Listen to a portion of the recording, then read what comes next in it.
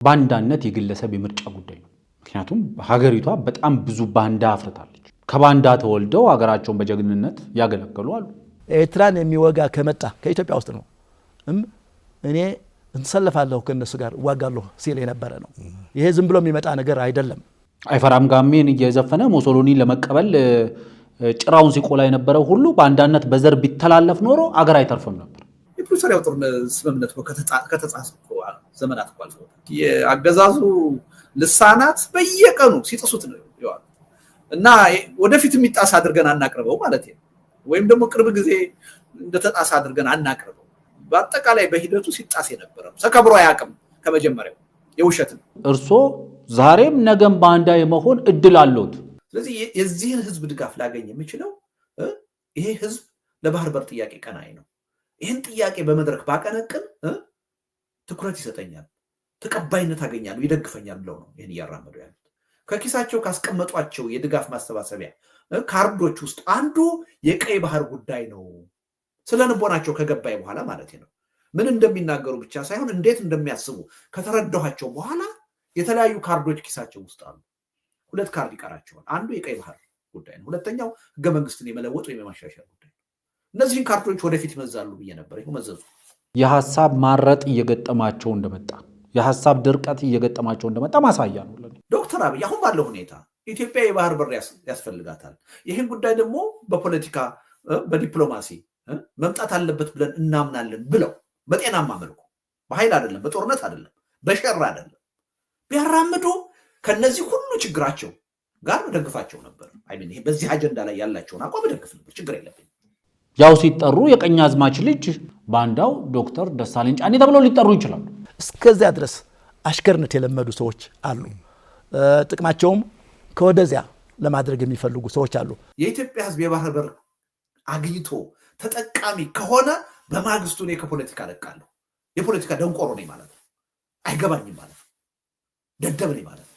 እሳቸውም ደደብ አይሆኑብን፣ እሳቸውም መሀይም አይሆኑብን፣ እሳቸውም ከፖለቲካ አይውጡብን። የኢትዮጵያ ህዝብም የባህር በር ባለቤት ይሁን። ይሄ ለሻቢያ ውለታ የመዋል ለሻቢያ የመገረድ ተግባር ነው። ህወሓት ማለት ሻቢያ በ4 ኪሎ ማለት ነው። ኢትዮጵያ የባህር በር አግኝታ አንድ ወር የውጭ ንግድ ወይም የውስጥ ሸቀጥ በዛ ወደብ ማስተላለፍ ከቻለች ልደቱ የፖለቲካ ደንቆሮ ነኝ፣ ከፖለቲካ ወጣ እለቃለሁ ነው ማለት አይቻልም። ከሻቢያ ጋር የሚደረግ ትብብርን ሊቃወም አይችልም። ከኢሳያስ አፈወርቂ የከፋ እንጂ ያነሰሱ አይደለም።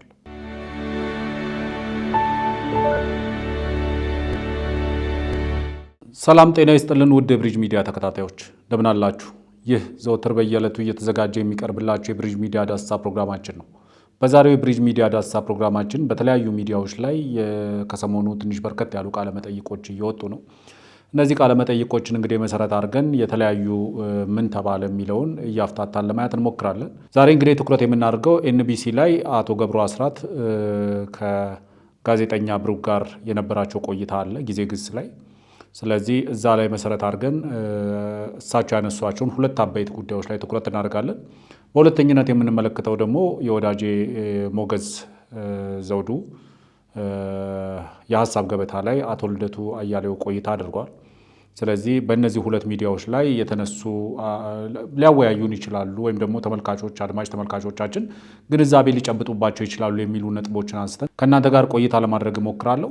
በሚኖረን ቆይታ እንግዲህ እንደተለመደው ሀሳብ አስተያየት ካላችሁ ኮመንት ቦክስ ውስጥ ማስቀመጡን፣ ፕሮግራማችን ጥሩ ነው ቢበረታታ ቢታይ ይገባዋል ብላችሁ ካሰባችሁ ደግሞ ላይክና ኮመንት ማድረጉን እንዲሁም ደግሞ ሰብስክራይብ ያላደረጋችሁ የሚዲያችን ተመልካቾች ደግሞ ሰብስክራይብ ማድረጉንና ሌሎችንም ደግሞ እየጋበዛችሁ ሰብስክራይብ ማስደረጉን እንዲሁም ደግሞ ሜምበር በመሆንም ሚዲያችን ማገዝ ስለምትችሉ ሜምበር እንድትሆኑ በዚሁ አጋጣሚ መጋበዝ እወዳለሁ። ከብሪጅ መተላለፊያ በኋላ በቀጥታ ወደ ፕሮግራማችን እናልፋለን።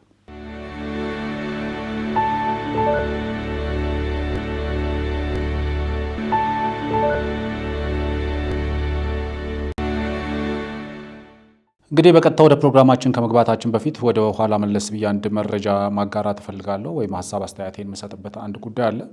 እንግዲህ በባለፈው ማክሰኞ ክቡር ጠቅላይ ሚኒስትር ዶክተር አብይ አህመድ በህዝብ ተወካዮች ምክር ቤት ተገኝተው ክቡር ፕሬዚደንት አምባሳደር ታዬ አጽቀሥላሴ በሁለቱ ምክር ቤቶች የጋራ መክፈቻ ስብሰባ ላይ ተገኝተው ያደረጉትን ንግግር መሰረት በማድረግ ከህዝብ ተወካዮች ምክር ቤት አባላት የቀረቡላቸውን ሀሳብና አስተያየቶች እንዲሁም ደግሞ ጥያቄዎችን መሰረት አድርገው ለህዝብ ተወካዮች ምክር ቤት አባላት ማብራሪያ ሰጥተው ነበር። በዚህ ፕሮግራም ላይ የህዝብ ተወካዮች ምክር ቤት አባል የሆኑት የተከበሩ ዶክተር ደሳለኝ ጫኔ ለክቡር ጠቅላይ ሚኒስትሩ ያቀረቡት ጥያቄ ነበረ። ይህም ጥያቄ በአማራ ክልል ያለው ጦርነትን ለማስቆም መንግስት ለምን የሰላማዊ አማራጮችን አይቀበልም፣ በሰላማዊ መንገድ ችግሮችን ለምን አይፈታም የሚሉ ጥያቄዎችን አንስተዋል። እንደ ብሪጅ ሚዲያ እነዚህ ጥያቄዎችን ተገቢ ጥያቄዎች እንደሆኑ ደጋግሞ ያነሷቸው ጥያቄዎች እንደሆኑ በሀገራችን ውስጥ ያሉ ጦርነቶች በሰላማዊ መንገድ እንዲፈቱ እንደምንፈልግ ግን መንግስትም የመንግስት የሥራ ኃላፊዎችም በተደጋጋሚ ጊዜ እሳቸው በህዝብ ተወካዮች ምክር ቤት ባነሷቸው ቁጥር ክቡር ጠቅላይ ሚኒስትሩን ጨምሮ የተለያዩ የመንግስት የሥራ ኃላፊዎች ችግሩ በሰላማዊ መንገድ በውይይት በድርድር ለመፍታት ቁርጠኛ መሆናቸውን ደጋግመው አስረድተዋል። ክቡር ዶክተር ደሳለኝ ይህንን መሰረት አድርገው ተደጋጋሚ ጥያቄ፣ ተመሳሳይነት ያለው ጥያቄ ሲያቀርቡ ቆይቷል በምክር ቤት ውስጥ። ክቡር ጠቅላይ ሚኒስትሩም ሳይሰለቹ ደጋግመው ተመሳሳይ ምላሽ ሰጥተዋል። ችግር አለ ከተባለም ያሉ ችግሮችም በሰላማዊ መንገድ ተነጋግረን ለመፍታት ዝግጁ ነን፣ መንግስታቸው ለመወያየት ለመደራደር ዝግጁ መሆኑን፣ የክልሉ መንግስትም በተመሳሳይ መንገድ ለመደራደር ለመወያየት ዝግጁ መሆኑን፣ ጦርነት እንደማያስፈልግ መነጋገር እንጂ መገዳደል እንደማያስፈልግ ደጋግሞ ተናግሯል። አዎ ብዙም ምክንያቱም ሚዲያ ላይ ብዙ ደጋግመን ሞኒተር እንደምናደርግ ሰው ልንክዳቸው ማይገቡ አላስፈላጊ አባባሎች ሲባሉ ሰምቻለሁ። አንዳንድ ቦታ ጋር ባንዳነት፣ አንዳንድ ቦታ ጋር የሻዕቢያ ተላላኪነት ምናምን ብሎ ለመጥቀስ ተሞክሮ አይቻል። ተገቢ ነው ብዬ አላምንም። እሱ ብዙ ሚዲያዎች የምናውቃቸው ሚዲያዎችም ሳይቀሩ ክቡር ዶክተር ደሳለኝ ጫኔ በፓርላማ ተገኝተው ላቀረቡት በተለይ ደግሞ ለመረጣቸው የአማራ ህዝብ፣ የባህር ዳር ዙሪያ ህዝብ፣ እሳቸው ምክር ቤት ወክሎ ላስገባው ህዝብ መሰረት አድርገው በአማራ ክልል ያለውን ጦርነት መንግስት በሰላማዊ መንገድ ተወያይቶ መፍታት የሚቻልበትን መንገድ እንዲፈልግ ጠይቋል። ይሄ ተገቢ ጥያቄ ነው። ጥያቄው ሪኮግናይዝ አደርጋለሁ። እሳቸው ደግሞ መንግስት የሰጠውን ምላሽ ሪኮግናይዝ ማድረግ ነበረባቸው። መንግስት ተደጋጋሚ ቅድም እንዳልኩ በተደጋጋሚ ጠቅላይ ሚኒስትሩ ዶክተር ደሳለኝ ጫኔ መሆኑ የፓርቲዎቻቸው አባላት እንዲሁም ደግሞ የአማራ ክልል ህዝብ ተወካዮች በተደጋጋሚ ለፌዴራል መንግስቱም ለክልሉ መንግስትም ያቀረቡትን ጥሪ የፌዴራል መንግስቱም የክልሉ መንግስት ባለስልጣናትም ተመሳሳይ ምላሽ ነበር ሲሰጡ የነበረው። ተነጋግረን ተወያይተን ተደራድረን በሰላማዊ መንገድ ችግሮችን ካሉ አይደንቲፋይ አድርገን ለመፍታት ዝግጁ ነን። ተደጋጋሚ ጊዜ ነው ይሄ የተባለው። ለምንድን ነው ይሄን እድል መስጠት የማይፈልጉት? ለምን ታጣቂዎቹን አይጠይቁም?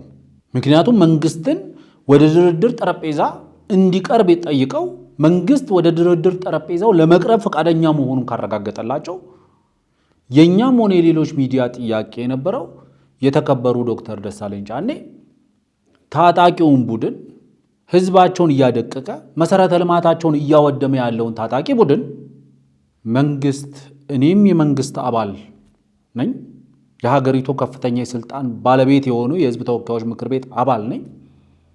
እኔ አባል የሆንኩበት መንግስት ደግሞ ችግሩን በሰላማዊ መንገድ ተወያይቶ ለመፍታት ፈቃደኛ መሆኑን በአስፈጻሚ አካሉ መሪ በኩል በጠቅላይ ሚኒስትሩ በኩል አረጋግጦልኛል። ፈቃደኝነቱን አረጋግጦልኛል። እናንተም እያደቀቃችሁ እየገደላችሁ እያወደማችሁ እያተራመሳችሁ ወጥቶ መግባት እየከለከላችሁ ነጋዴው እንዳይነግድ፣ ተማሪው እንዳይማር፣ ሰራተኛው እንዳይሰራ፣ ገበሬው እንዳያርስ እየሆነ ስለሆነ በምትሄዱበት መንገድ የአማራ ህዝብ ስለማይተርፍም ጭምር እናንተም መንግስት እንዳደረገው ለድርድርና ለውይይት ዝግጁ ሁኑ። ችግሩን በውይይትና በድርድር እንፍታው። አስፈላጊ ከሆነ እኛም እናሸማግላለን፣ እናቀራርባለን፣ እናነጋግራለን፣ እናደራድራለን፣ እናወያያለን ብለው ለታጠቀው ኃይል ግብዣ ያቅርቡ ነው ጥያቄ። ተገቢ የሆነውን ጥያቄ ትተው ተገቢ ያልሆነውን ጥያቄ ለመመለስ በሶሻል ሚዲያቸው ላይ አንድ ጽሁፍ አጋርተውናል። ጽሁፉ መጥፎ ነው እያልኩ አይደለም። ጽሁፉ ባንዳ ላሏቸው ምላሽ ሰጥተው ሊሆን ይችላል። ምላሹ ግን ተገቢ አይደለም። ለእኔ አሁን እውነቱን ለመናገር ቃል በቃል ላንብብላችሁ። እሳቸው የጻፉት ጽሁፍ ላይ የተቃውሞ ትችት ኃላፊነትን መወጣት እንጂ ባንዳነት አይሆንም ይላሉ። ይህንን የምጋራው ነው። ማንም ሰው እሳቸውን ጨምሮ በህዝብ ተወካዮች ምክር ቤት በክቡር ጠቅላይ ሚኒስትሩ ፊት እንዲሁም ደግሞ በመንግስት የሥራ ኃላፊዎች ፊት ለህዝብ ተወካዮች ምክር ቤት ተጠሪ በሆኑ ባለስልጣናት ፊት የሚያቀርበው ማንኛውም ትችት፣ ማንኛውም ወቀሳ፣ ማንኛውም ነቀፌታ ተገቢ ነው ብዬ ነው የማምነው። መብታቸው ነው ብዬ ነው የማምነው። ለዛ ተገቢና ተመጣጣኝ የሆነ መልስ መስጠት የመንግስት የሥራ ኃላፊዎች ግዴታ ነው ብዬ ነው የማምነው። ተመጣጣኝ የሆነ ከመስመር የወጣ ትችትም ከሆነ ከመስመር የወጣ ትችት መሆኑን ነግሮ ወቅሶ ማረም ይቻላል። ምክንያቱም በንግግር ውስጥ ሁልጊዜ ጥሩ ጥሩ፣ ሁልጊዜ መጥፎ መጥፎ እየተወራ አይደለም የሚቀጥለው። ስለዚህ በአርስቱ ላይ ችግር የለብኝም። ችግር ያለኝ ለምሳሌ ክስ አንድ የቀረበብኝ ይሉና የአስመራ መንግስት ወኪል አገልጋይ ባንዳ ነህ ይሉኛል ይላሉ። ይህ ክስ መሰረተ ቢስና ተራ ስም ማጥፋት ነው ብለው ይነሱና ከዛ በኋላ የሚዘረዝሩት የፖለቲካ ትችትን በባንዳነት በክህደት ስም ለመምታት የሚደረግ አሳፋሪ ሙከራ ነው። የቤተሰቤ ታሪክ የጀግንነት ታሪክ በላብና በጥረት ሰርቶ የማደር እንጂ በመሸጦነት እና በባንዳነት የማደር አንዳችም ነገር የለበትም። አባቴ ወታደር ጫኔ ዳኘው በዘውዳዊ ስርዓቱ፣ ወንድሜ መቶ አለቃ አያሌው ጫኔ በወታደራዊ ደርግ ዘመን እንዲሁም ሌላ ወንድሜ ተስፋ ሚካኤል ጫኔ በኢህአዴግ ዘመን ሶስቱም ኢትዮጵያን በከፍተኛ ጀግንነትና ብቃት ያገለገሉ ወታደሮች ናቸው። ቅድመ አያቶችም በሁለቱም በኩል እነቀኛዝማች ደስታ ብሩ፣ እነብላታ ጥሩነህ ኪዳኑ እና እንደ አብዛኛው የጎጃም አማራ ገበሬ አርበኞች ነበሩ። ቤተሰቤ ለሀገሩ ሉዓላዊነት ለሀገር ሉዓላዊነት አንድነት በደም ዋጋ የከፈለ ነው። ባንዳነት ከኔም ሆነ ከቤተሰቤ ታሪክ እሴት ጋር ባዳ ነው። ስለዚህ ባንዳ እያላችሁ ተቺዎቼ ባንዳነት ይኖርባችሁ ከሆነ ዙሪያችሁ ፈልጉ፣ ከኛ ቤት ባንዳ የለም ነው መልሴ ይላሉ። ኦኬ፣ እሳቸው የኢኮኖሚክስ ተማሪ ባዮሎጂ ተማሪ መስሎኝ ነበረ። አይ ቲንክ የኢኮኖሚክስ ተማሪ ናቸው መሰለኝ። ዶክተር ደሳለኝ የተከበሩ ዶክተር ደሳለኝ ጫኔ። እኔ እስከማውቀው ድረስ ባንዳነት ጄኔቲካሊ የሚተላለፍ አይደለም። ባንዳነት የግለሰቦች የምርጫ ጉዳይ ነው። መሸጦነት እሳቸው ቃል በቃል ስለተጠቀሙበት መሸጦ ማለት እንግዲህ እኔ እስከማውቀው ድረስ ራሱን ለሽያጭ ያቀረበ ማለት ነው። ራሱን ወይም ደግሞ በሌላ ሰው ለሽያጭ የቀረበ ማለት ነው። ይሄ የግለሰብ የምርጫ ጉዳይ ነው። በነቀኝ አዝማች በነ መቶ አለቃ በነ 10 አለቃ በዘውዳዊ ስርዓቱ በደርግ ስርዓት በኢህአዴግ ስርዓት በጀግንነት ሀገራቸውን ባገለገሉ ቤተሰቦቻቸው ማምለጥ አይቻልም። ባንዳነት እሳቸው ትላንትና ቤተሰቦቻቸው ባንዳ ስለነበሩ ዛሬ እሳቸው ባንዳ አይሆኑም። ትላንትና ቤተሰቦቻቸው ጀግኖች ስለነበሩ ለሀገራቸው ቀናኢ ስለነበሩ ለሀገራቸው ደማቸውን ያፈሰሱ ስለነበሩ እሳቸው ባንዳ አይደለሁም ምክንያቱም አባቴ ባንዳ አልነበረም ሊሉ አይችሉም። ባንዳነት የግለሰብ የምርጫ ጉዳይ ነው። ምክንያቱም ሀገሪቷ በጣም ብዙ ባንዳ አፍርታለች። ከባንዳ ተወልደው ሀገራቸውን በጀግንነት ያገለገሉ አሉ። ሀገራቸውን እያገለገሉ ያሉ አሉ። ባንዳነት የግለሰብ ጉዳይ ነው። ለእኔ ጄኔቲክስ ነው ብያለሁ እውነቱን ለመናገር፣ ወይም ደግሞ በደም በዘር የሚተላለፍ ነው ብያለሁ። እንደዛ አለመሆኑንም ማመስገን ያስፈልጋል እውነቱን ለመናገር። ለጣሊያን ድሮ ፓስታ ሲቀቅል የነበረ ሁሉ በዘር ቢተላለፍ ኖሮ ባንዳነት ዛሬ ስንት ነገር በሆን ነበር።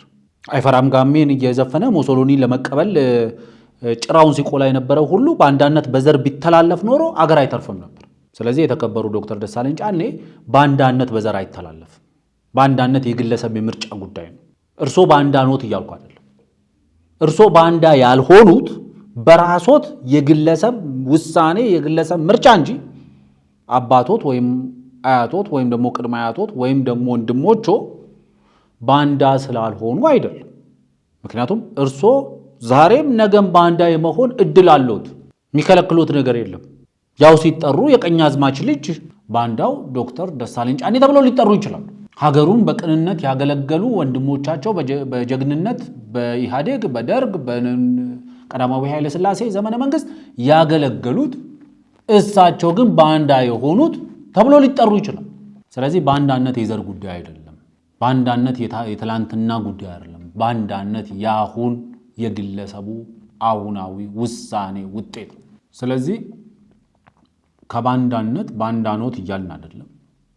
ባንዳኖት ያሉትም ካሉ የሻዕቢያ መንግስት ተላላኪ ኖት ያሉትም ካሉ ትክክል ብለዋል ብዬ አላምንም። ተገቢ አሊጌሽን ነው ብዬ አላምንም። ግን ባንዳ ያልሆኑት አባቶ ቀኛዝማች ስለሆኑ አይደለም፣ ወይም አያቶ ቀኛዝማች ስለሆኑ አይደለም፣ ወይም ቅድመ አያቶ ቀኛዝማች ስለሆኑ አይደለም፣ ወይ ወንድሞቹ በአገራቸውን በጀግንነት በሰራዊት ውስጥ ያገለገሉ ስለሆኑ አይደለም። ባንዳ ያልሆኑት በራሱ ግለሰባዊ ምርጫ ነው። ባንዳ አይደሉም ካሉ ባንዳ አይደሉም።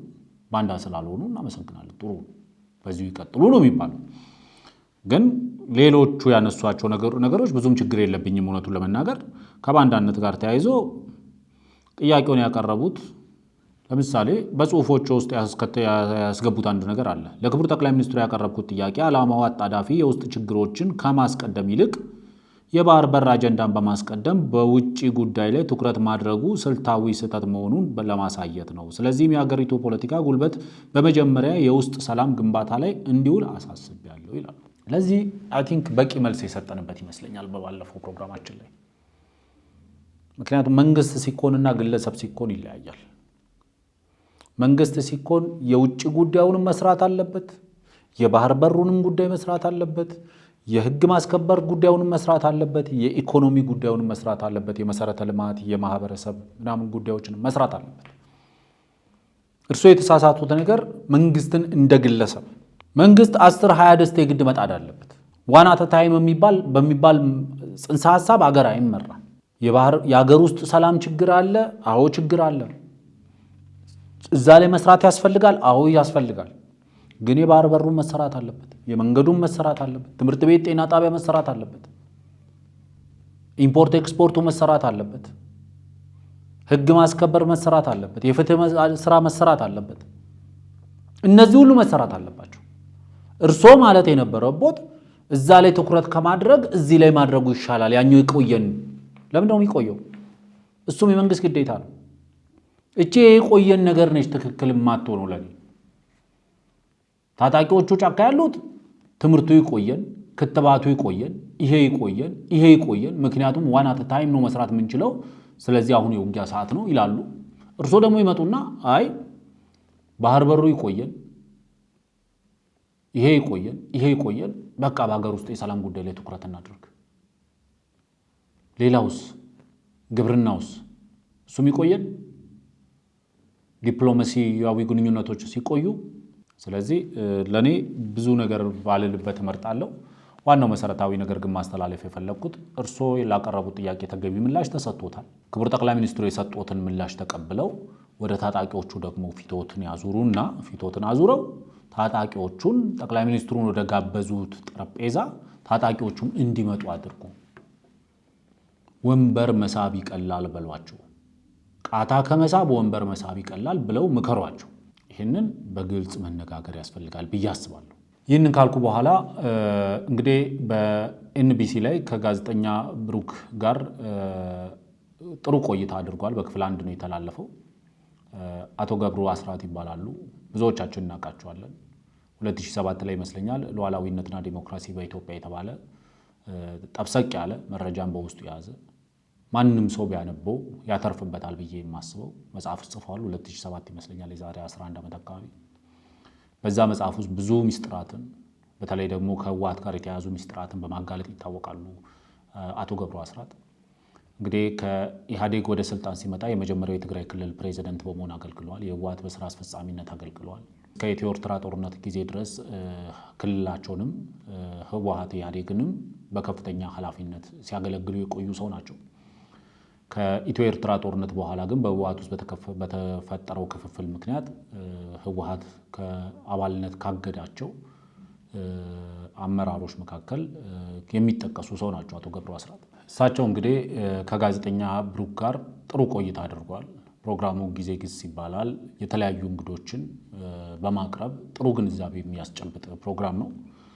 ለዚህ ፕሮግራም ለሚያቀርባቸው ኢንፎርማቲቭ የሆኑ ፕሮግራሞች ጋዜጠኛ ብሩክንና ኤንቢሲን ማመስገን እፈልጋለሁ። እዚህ ላይ እንግዲህ ሁለት ነገሮችን ነው ከሳቸው ፕሮግራም ውስጥ ዛሬ ማንሳት የፈለኩት። አንደኛው ህወሓት ከሻዕቢያ ጋር የፈጠረውን ጽምዶ በማስመልከት ያነሱት ሀሳብ አለ። ሁለተኛው ደግሞ አቶ ስብሐት ነጋን እየተመለከተ ክፍሉ ነው። ዛሬ እነዚህን ሁለት ነገሮች ለማንሳት የፈለኩበት ምክንያት ይመስለኛል ሮብ ዕለት ከጋዜጠኛ ኤርሚያስ ለገሰ ጋር በአዲስ ኮምፓስ ላይ በነበረኝ ቆይታ አንድ ነገር አንስቼ ነበረ። ህወሓት ለኤርትራ ሉዓላዊነት ካለው ቀናይነት የተነሳ የህወሓቱ የቀድሞ ሊቀመንበር ከ1971 እስከ 1981 ህወሓትን ለ10 ዓመት በሊቀመንበርነት የመሩት ከዛም ከሳቸው ተቀጥሎ ደግሞ የቀድሞ የኢፌዴሪ ጠቅላይ ሚኒስትር የነበሩት አቶ መለስ ዜናዊ ቀጥለው ህወሓትን በሊቀመንበር መርተዋል። አቶ መለስ ዜናዊ ወደ ስልጣን እንዲመጡ ከፍተኛ አስተዋጽኦ የነበራቸው አቶ ስብሐት ነጋ ናቸው። አቶ ስብሐት ነጋ ከኢትዮ ኤርትራ ጦርነት በኋላ በአንድ የሬዲዮ ጣቢያ ላይ ቀርበው ማስታውሰው አንድ የተናገሩት ንግግር ነበር። ያ ንግግር ማንኛውም ኃይል ከሀገር ውስጥ የሚሆን ከሀገር ውጭ በኤርትራ ሉዓላዊነትን አደጋ ውስጥ በሚከት ተግባር ላይ ከተሰማራ ህወሓት ሆነ እኔ ከሻዕቢያ ጎን ቆመን እንወጋዋለን የሚል መልእክት አስተላልፎ ነበር። ይህንን መልእክት ከጋዜጠኛ ኤርሚያስ ጋር በነበረኝ ቆይታ አንስቼ ሀሳቤን አጋርቼ ነበር። አንዳንድ የቅርብ የማውቃቸው የስራ ኃላፊዎች ምንም ማስረጃ የለም እንዴት እንደዚህ ይባላል ምናምን የሚል ወቀሳ መሰል ነገር ለመሰንዘር ሞክረው ነበር። እንግዲህ በማግስቱ ይመስለኛል ጋዜጠኛ ብሩክ ከአቶ ገብሩ አስራት ጋር በነበረው ቆይታ አቶ ገብሩ አስራት ይህንን ጉዳይ በተመለከተ ግልጽ የሆነውን ፊት ለፊት ያለውን እውነት ግልጥልጥ አድርገው ተናግረዋል። እንግዲህ አቶ ገብሩ አስራት የሚሉት ምንድነው? ህወሓት ኢህአዴግ በስልጣን ላይ በነበረበት ጊዜ በተለይ ደግሞ ኢትዮ ኤርትራ ጦርነት በተከሰተ በኋላ የተለያዩ የሥራ ኃላፊዎችን በጦርነቱ ላይ በነበራቸው አቋም ምክንያት ወታደራዊና ሲቪል አመራሮችን ባሰናበተበት ሰዓት ላይ ከተባረሩት ሲቪል አመራሮች መካከል ወይዘሮ አረጋሽ፣ አቶ ገብሩ እንዲሁም ደግሞ ሌሎች ነባር የህወሓት ከፍተኛ አመራሮች ይገኙበታል ይመስለኛል። በዛ ሰዓት ይመስለኛል እና አቶ ስዬም እና ጀነራል ጻድቃንም ከስራ የተሰናበቱት። ስለዚህ ያኔ እነሱ ከተሰናበቱ በኋላ አንድ የፖለቲካ ፓርቲ መስርተው ነበረ። አረና የሚባል የፖለቲካ ፓርቲ አሁንም ድረስ ያለ ፓርቲ ነው። ያንን ፓርቲ በመሰረቱበት ሰዓት ላይ አቶ ገብሩ አስራት እንደነገሩን አረና እስካሁን ድረስ ባለው የመመስረቻ ጽሁፉ ላይ ኢትዮጵያ የባህር በር ያስፈልጋታል የሚል አንቀጽ ነበረው።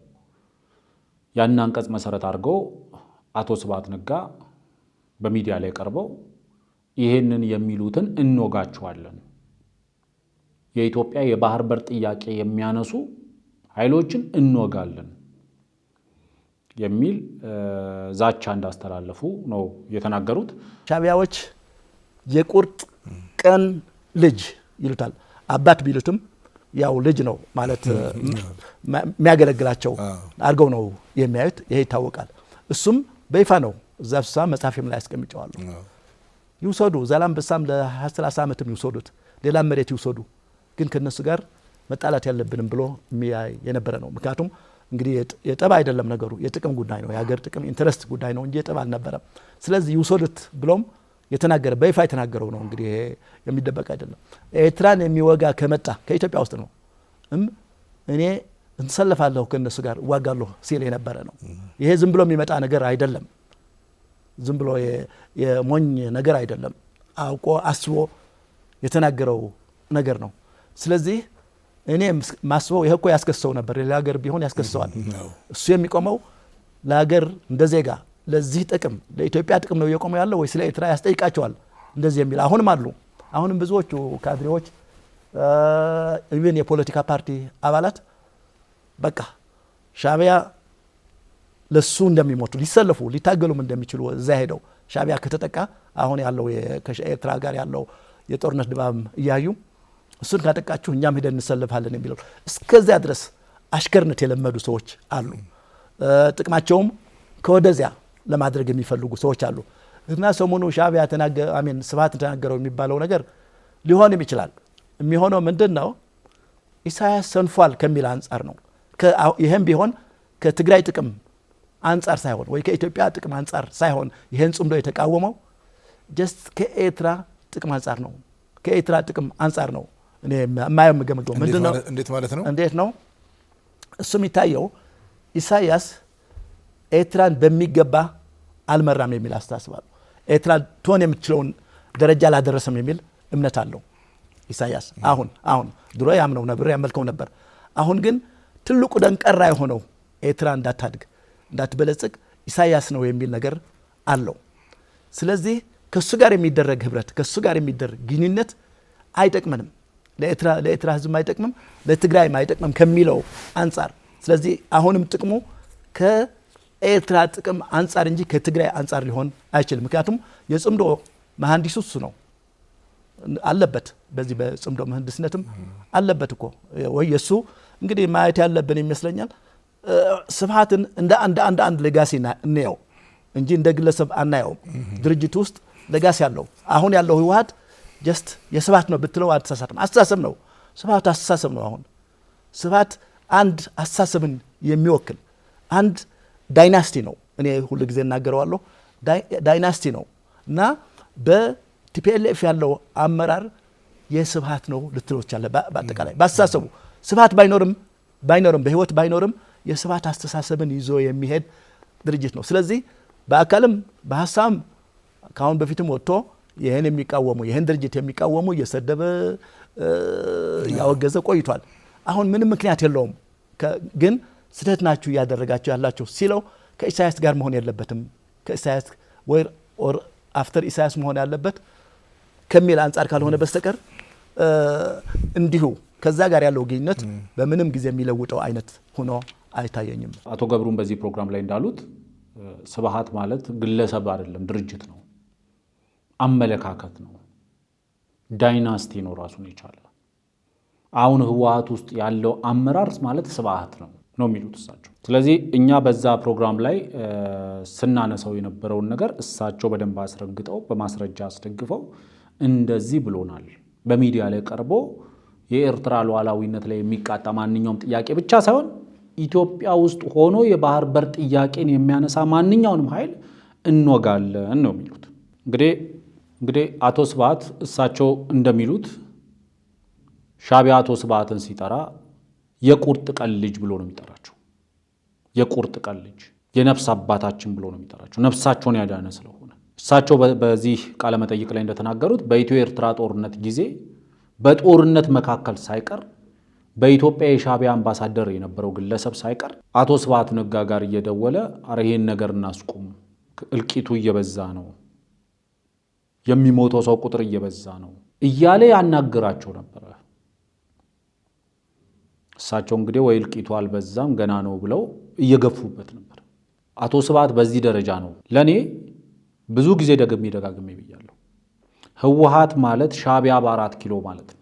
ሻዕቢያ በአዲስ አበባ ማለት ነው። ሻዕቢያ በትግራይ ማለት ነው። ሻዕቢያ በመላ ኢትዮጵያ ማለት ነው ህወሓት ማለት። አቶ ገብሩ አስራት በንግግራቸው ውስጥ እንደሰማችሁት ቃል በቃል የሚሉት ዛላምበሳ ቀርቶ የፈለጉትን መሬት ይውሰዱ ከነሱ ጋር ከምንጣላ የሚል አቋም ነበራቸው። አቶ ስብሃት ማንኛውንም ነገር ይውሰዱ፣ የፈለጉትን መሬት ይውሰዱ፣ ከነሱ ጋር ከምንጣላ የፈለጉትን ይውሰዱ የሚል አቋም ነበራቸው። ያ የፈለጉትን ይውሰዱ አስተሳሰብ ነው። ያ የፈለጉትን ይውሰዱ የሚል አሽከርነት ነው ኢትዮጵያን የባህር በር አልባ ያደረገው። አንዳንድ ሰዎች አቶ ስብሃት ጽምዶን ተቃወመ፣ ከሻዕቢያ ጋር የሚደረግ ትብብርን ተቃወመ ምናምን ብለው ለመናገር ሲሞክሩ ሰምቻለሁ። ያኔም ይሄ ንግግር በመጣበት ሰዓት፣ ይሄ መረጃ በመጣበትም ሰዓት ብየዋለሁ። አቶ ስብሃት ከሻዕቢያ ጋር የሚደረግ ትብብርን ሊቃወም አይችልም። አቶ ስብሃት ማለት ከኢሳያስ አፈወርቂ የከፋ እንጂ ያነሰሱ አይደለም። አቶ ገብሩ አስራት ቅድም በተመለከታችሁት ቪዲዮ ውስጥ የተናገሩት ይህንኑ ነው። ሻዕቢያ የሚፈለገውን ያህል ኢትዮጵያን አላደረገም፣ የሚፈለገውን ያህል ኤርትራን አላደረገም ብለው ካልሆነ በስተቀር የተሻለ ነገር ተመኝቶ አያውቁም። እንደሚፈልጉት አልሆነም ካላሉ በስተቀር እንደሚፈልገው አልሆነም ካላሉ በስተቀር በዚህ ደረጃ አቶ ስብሃት ጽምዶን የሚቃወሙ ሰው አይደሉም። አቶ ገብሩ አስራት ይቀጥላሉ። ጽምዶን በተመለከተ ሲያብራሩ ጽምዶ አዲስ አይደለም። አዎ የሻዕቢያ ሰዎች ህወሓቶችን አይደለም መሳሪያ ሱሪ ራሱ ያስታጠቅናቸው እኛ ነን ይላሉ። እንደ አቶ ገብሩ አስራት ገለጻ ደግሞ ጽምዶ የቆየ ታሪክ ያለው ነው። አሁን የተጀመረ አይደለም። ኢትዮጵያን ባህር በር አልባ ያደረገው ራሱ የጽምዶ ውጤት ነው ይላሉ። ታሪካዊ መነሻውን ሲያነሱ ከመጀመሪያው ጊዜ ጀምሮ ለምሳሌ በትግራይ ውስጥ የሚንቀሳቀስ የኤርትራ ነጻነት የኤርትራ ህዝቦች ነጻነት የሚባለውን የኤሪትሪያን ፒፕል ሊበሬሽን ፍሮንት የተባለው ኢፒኤልኤፍ የሚባለውና ጀብሃ በትግራይ ክልል ውስጥ በኤርትራ ውስጥ ይንቀሳቀሱ ነበር። ኢፒኤልኤፍ የሚባለው አሁን ሻቢያ የምንለው ነው። ሻቢያና ጀብሃ በኤርትራ ውስጥ ይንቀሳቀሱ ነበር። ዴን ሻቢያ ጀብሃን ለማጥፋት ከህወሓት ጋር ጽምዶ ፈጥሮ ነበር። ቅንጅት ትብብር ፈጥሮ ነበር። ያ ትብብር ጀብሃን በማጥፋት ዙሪያ ከፍተኛ አስተዋጽኦ አድርጓል። ከዛ በኋላም ብዙ ነገሮችን አድርገናል። አብረን በጣም ብዙ ነገሮች አድርገናል። ያንን ሁሉ ትብብር ሲያደርጉ ከነበረ በኋላ የደርግ መንግስትን አሸንፈው ወደ ስልጣን ሲመጡ የጽምዶ ትልቁ ገጸ በረከት ወይም ደግሞ ስጦታ ወይም ሽልማት ለሻቢያ የተሰጠው የኢትዮጵያ የባህር ክልል የነበረውን የኢትዮጵያ የባህር በር የነበረውን ሙሉ ለሙሉ ጠቅልሎ ለሻቢያ መስጠት ነው። ለዛ ነው ህወሓት ማለት ሻቢያ በ4 ኪሎ ነበር ያለው። ህወሓት ማለት ሻቢያ በአዲስ አበባ፣ ሻቢያ በኢትዮጵያ፣ ሻቢያ በትግራይ ነበር የምንለው። ለዛ ነው ህወሓት ማለት የሻቢያ ኤምባሲዎች በየትኛውም ዓለም ካሉት በላይ በኢትዮጵያ ብቻ አይደለም፣ በአፍሪካ ብቻ አይደለም፣ በዓለም አቀፍ ደረጃ የሻቢያ ኤምባሲዎች ከሚሰሩት የዲፕሎማሲ ስራ በላይ ለሻቢያ የዲፕሎማሲ ስራ የሚሰራ የሻቢያ ወታደሮች ለኤርትራ ሉዓላዊነት መስዋዕት ለመሆን ከሚፈልጉት በላይ የህወሓት ሰዎች ለሻቢያ ሉዓላዊነት መስዋዕት ለመክፈል የሚፈልጉበት ሁኔታ ነው የነበረው። ይሄ ጽምዶ ከድሮ ጀምረን ማየት አለብን። ሻቢያዎች ነበሩ፣ ጀብሃ የሚባል ድርጅት ነበር ኤርትራ ውስጥ። መጨረሻ ላይ ጀብሃን ሻቢያና ህወሓት እኛ ሁነን መተነዋል። ከዛ ከኤርትራ የፖለቲካ መድረክ እንዲወጣ አድርገነዋል። ከዛ በኋላ ማን ነው ሻቢያና ህወሓት ነው በጣም የተጣመሩት። ብዙ ነገርም ሰርተዋል። ማለት በኤርትራ ነጻነት የትግራይ ህዝብ የትግራይ ወጣት ሚና እኔ በጣም ከፍተኛ ነው የነበረው። ሳህል ሄዶ ተዋግቷል። ከሳህል በመለስም ከጀብሃን ሲመቱም የትግራይ ኃይል ተሳትፏል። በመጨረሻም በደርግ ውድቀት ጊዜም እንዲሁ ህወሓት ከሻቢያ ጋር ሆኖ ተዋግተዋል። ስለዚህ ሁሉ ጊዜ በትግራይ ህዝብ ጉልበት በትግራይ ወጣት ጉልበት ሻቢያዎች እስከ ነጻነት ድረስ ደርሰዋል። እንግዲህ እላለሁ ኤርትራም ውስጥ ብዙ ወጣት እንዳለቀ ይገባኛል። ግን ትልቁ ኃይል ለዚህ ድጋፍ የሆናቸው የኃይል አቅማቸው በተዳከመበት ወቅት ትልቅ ኃይል ሆኖ የደገፋቸው ይሄ የህወሓት ወይ የትግራይ ወጣት ነው የሚል አመለካከት አለኝ። ይሄ ከሆነ በኋላም እንደገና 1983 ዓመተ ምህረት እዚህ መንግስት ሲቋቋም ሻቢያዎች ፍላጎታቸው ይሄን የህወሓትን ወይ ኢህአዴግን እንቆጣጠረዋለን፣ የኢትዮጵያን ሀብት የኢትዮጵያን ጠቅላላ ፖለቲካ ዲፕሎማሲያውን እንቆጣጠራለን የሚል ፍላጎት ነበራቸው። ነጻነት ሲያገኙም የኢትዮጵያን ጥቅም ባላስከበረ መንገድ የኢትዮጵያን ጥቅም ባላስከበረ አውቶማቲክ ነው የተሰጣቸው። በሽግሩ ጊዜ ነው የተሰጣቸው። ይሄን አግኝተዋል። ይሄ ከዚህ የበለጠ ትልቅ በረከት ወይ ስጦታ ያለ አይመስለኝም። ምክንያቱም አንድ ሀገር ነጻ ሲወጣ የዚህ ሀገር ጥቅም እንዴት ይስተናገዳል የሚለውም ሳይመልስ የሰጣቸው ነው። ይሄ ሁሉ ያውቃሉ። ስለዚህ በዚህ ሂደት ሄዶ ኋላም ላይ የኢትዮ ኤርትራ ጦርነት ነበር። ታውቃለህ፣ አንተ በደንብ ታውቀዋለህ። በዛን ጊዜም ኤርትራ ነው ተንኳሹ፣ ሻቢያ ነው ተንኳሹ። ስለዚህ ይሄ እስከ መጨረሻ እንሄድበት ስንል እንዲቆም የተደረገው ጀስት በህወሓት አመራር ነው። በህወሓት ከፊል አመራር በሙሉ አይደለም። ምክንያቱም ይሄ ግጭት መሰረትም ነበር። ስለዚህ ተከፋፍለናል። በዛ ወቅት ለክፍሉም እኔ ዋና መሰረት ይሄ ነው። ሌላው ፖለቲካው አይደለም፣ የአይዲዮሎጂ የፖለቲካ አይደለም። ይሄኛው ይሄኛው ፖለቲካ ነው የከፋፈለው ህወሓትን ሁለት ላይ የሰነጠቀው እና ምንድነው እኔ እንግዲህ ቀለል አድርጌ የምለው አፍቃሪ ህወሓት የሆኑ አመራሮች አፍቃሪ ሻቢያ የሆኑ አመራር ህወሓት ውስጥ ነበሩ ከጥንት ጀምሮ ኋላም ጭምር የቀጠሉ ከወጣን በኋላ ይሄን አረናን አደራጀንኛ። አረና ስናደራጅ አንዱ የፖለቲካ አቋማችን ኢትዮጵያ የባህር በር ባለቤት መሆን አለባት የሚል አለ። አሁንም አለ፣ ያኔም ነበር። ይሄን ስንል ወጥተው የተናገሩት እነ ስብሐት የተናገሩት ይሄን የሚል ኃይል እንዋጋዋለን ነው ያሉት። ምክንያቱም ጦርነት ቆስቋሽ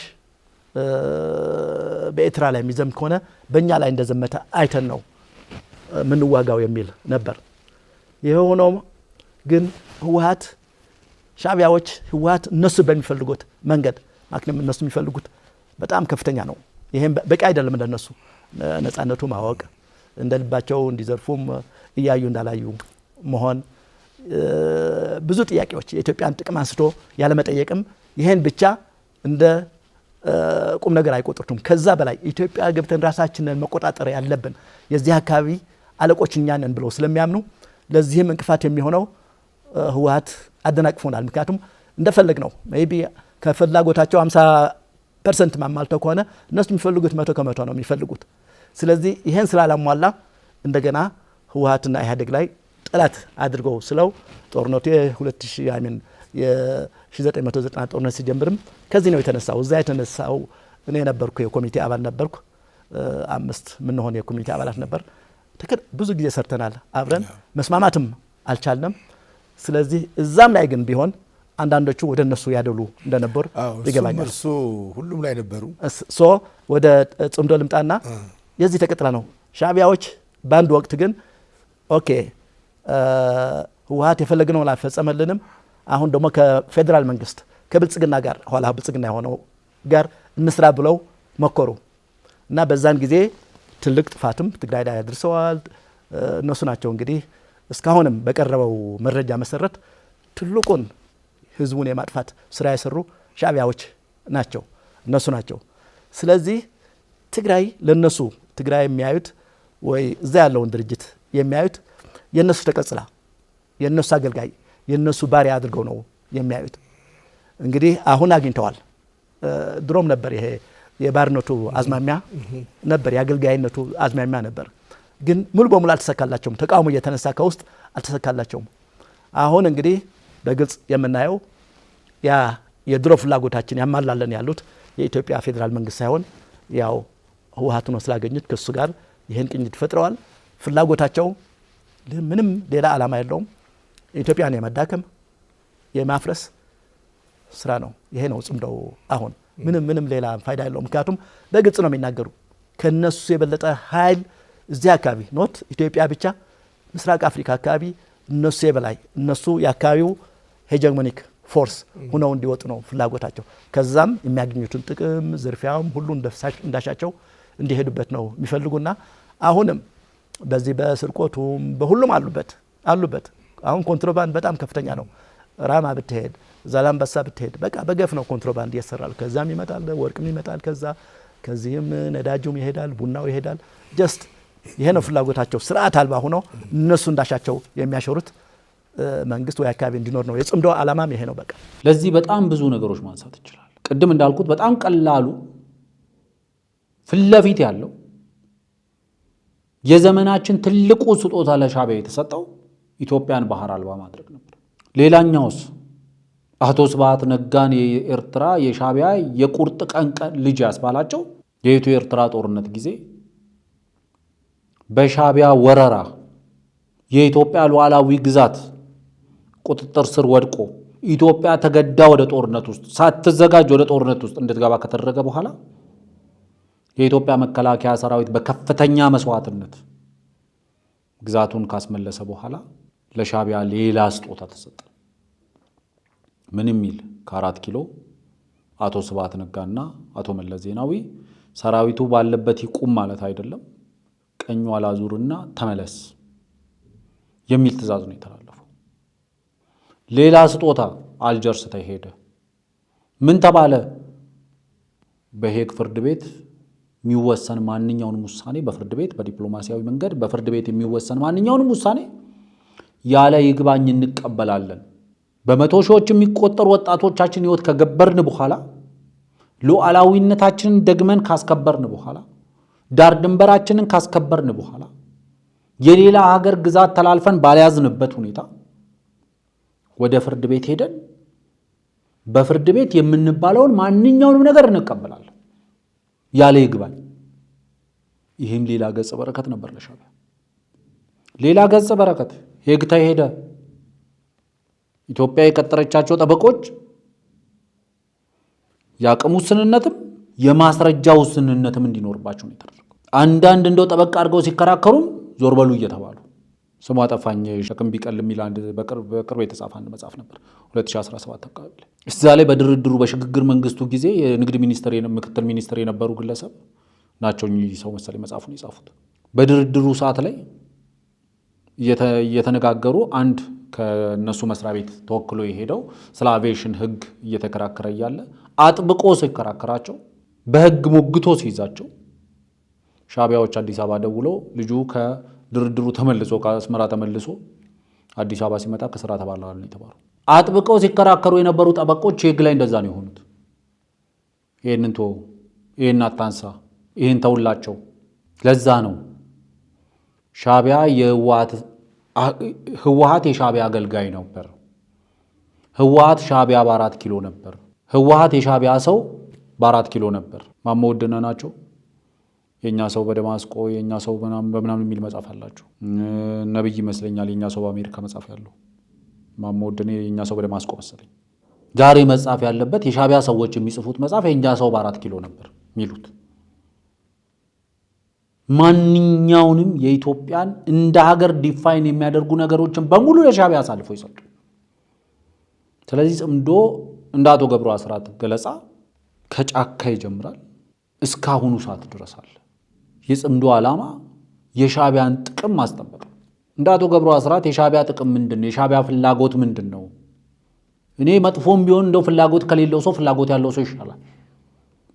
የሻዕቢያ ፍላጎት ምንድን ነው ሲባል ኢትዮጵያን ማተራመስ፣ ደካማ ኢትዮጵያን መፍጠር። ሻዕቢያ ማደግን አያስብም። ሌሎች ግን ያደጉ ካሉ ወርዶ ከሱ በታች እንደሆኑለት ይፈልጋል። ኢትዮጵያን በማደህየት በማተራመስ በማድቀቅ ከሱ በታች ማድረግ፣ ራሱን ገዝፎ እንዲታይ ማድረግ። ጤነኛ ጭንቅላት ያለው ሰው ቢሆን የለማ ጭንቅላት ያለው ሰው ቢሆን ኖሮ ማለት ይገባው የነበረው ትንሽ ሀገር ብዙ ሪሶርስ ያለው ሀገር ነው እጁ ላይ ያለው። ያንን ሪሶርስ ተጠቅሞ ያችን ትንሽ ሀገር ማሳደግና እንደ ቃዡትም የአፍሪካ ሲንጋፖር መፍጠር ይችሉ ነበር። በሪሶርሳቸው ተጠቅሞ ሪሶርሱን ተጠቅሞ መልማት አይፈልግም። ያላቸውን እንጥፍጣፊ ሪሶርስ ተጠቅሞ የለሙ ሀገራትን ደግሞ በጽምዶ በቅንጅት በምናምን እያለ እያተራመሰ እረፍት እንዳይኖራቸው በማድረግ ዝቅ እያደረገ ከሱ በታች ለማድረግ ጥረት ያደርጋል። ዳሴ ሻዕቢያ ፍላጎት እሱ ነው። የኛ ሰዎች ፍላጎትስ ምንድን ነው? ሻዕቢያን አጉልቶ ማሳየት። ከሰሞኑ ይልቃልም አንዳርጋቸውም እና አቶ ልደቱም ሁሉም እየወጡ ሻዕቢያን አጉልቶ የማሳየት ስራ ላይ ናቸው። እነሱማ የፖለቲካ እኮ ጠበብት ናቸው። የዲፕሎማሲው ጌታ ናቸው እኮ። የጦርነት አርበኞች ናቸው እኮ። ጦርነትን እኮ ይሰሯታል። ይሄ ነው የሻዕቢያ ፍላጎቱ። ደካማ የቀጠናው ጃይንት የሆነችውን ኢትዮጵያን አድቅቆ ከሱ በታች ማድረግና ራሱን አግንኖ ማሳየት። እዚህ ያሉት ለሱ ይኸው የፖለቲካው ጠበብት፣ ይኸው የዲፕሎማሲው ጌታ፣ ይኸው ጦርነት ሰሪው፣ የጦርነት ጠበብቱ እያሉ አጉልቶ ማሳየት ነው ስራቸው። ዋናው መሰረታዊ ነገር የሻዕቢያ ሚዲያዎች እየተንጫጩ ነው። የሻዕቢያ በቅሎችም እየተንጫጩ ነው። በረቱ እየተረበሸ ነው። በረቱ ተረበሸም አልተረበሸም የኢትዮጵያ ሕዝብ አጀንዳውን ጠበቅ አድርጎ መያዝ አለበት። ምንድነው ጠበቅ አድርጎ መያዝ ያለበት አጀንዳ? አላግባብ የባህር በሬ ተወስዶብኛል። ባህር በር አልባ የተደረግኩት ሕግና ስርዓት ተከትሎ አይደለም። ያ ሕግና ስርዓት ተከትሎ ያልተከናወነው የኢትዮጵያን የባህር በር የማሳጣት ተግባር ኤርትራን ሀገር ያደረገ ተግባር ነው። ስለዚህ ደግሜ ደጋግሜ እንዳልኩት የኤርትራን ሉዓላዊነት ኮንቴስትድ ሶቨሬኒቲ ማድረግ ያስፈልጋል። የኤርትራ ሉዓላዊነት የሕግ መሰረት የለውም። የጦር ሜዳ መሰረት ነው ያለው። የጦር ሜዳ ቃል ኪዳን ውጤት ነው። አቶ ገብሩ አስራትም በመጽሐፋቸው ቅድም ባነሳሁት 2007 ላይ በታተመው ሉዓላዊነትና ዲሞክራሲ በኢትዮጵያ በሚለው መጽሐፋቸው ሌሎችም የቪዲዮ ማስረጃዎችንም እያጠናቀርን እናቀርባለን። ምንም ያስረዱልን የኢትዮጵያ ሕዝብ ውሳኔ እንዳልሆነ የኢትዮጵያ መንግስት በወቅቱ እንዳልነበረ በውግንናም በውክልናም የኢትዮጵያ መንግስት እንዳልነበረ ይህንን አንስቶ በደንብ ማብራራት ያስፈልጋል። አቶ ገብሩ አስራት ግን የጽምዶን ታሪካዊ መነሻውን አንስተው እስካሁኑ እስካለው ጽምዶ ድረስ ያለውን በበቂ ሁኔታ ገልጸውታል። ቅድም በቪዲዮ ላይ እንደተመለከታችሁት። ሌላኛው ደግሞ በአቶ ስብሐት ነጋና በሻዕቢያ መካከል ያለው ግንኙነት በአቶ ስብሐት ነጋና አሁን ባለው የህወሓት አመራር መካከል ያለውን ግንኙነትን በግልጽ አስቀምጠውታል። ስለዚህ ሙሉውን ፕሮግራም ኤንቢሲ ላይ ሄዳችሁ እንድትመለከቱት ይመስለኛል። ዛሬ ክፍል 2 ይቀጥላል የሚል ሰምቻለሁ። ስለዚህ ክፍል 2ን ደግሞ ተመልክተን ተጨማሪ መረጃዎች ካሉ ከእናንተ ጋር የምናደርስ ይሆናል። ቀጣይ ደግሞ ከብሪጅ መተላለፊያ በኋላ የሀሳብ ገበታ ላይ የተላለፈውን መልእክት ይዘን እንቀርባለን።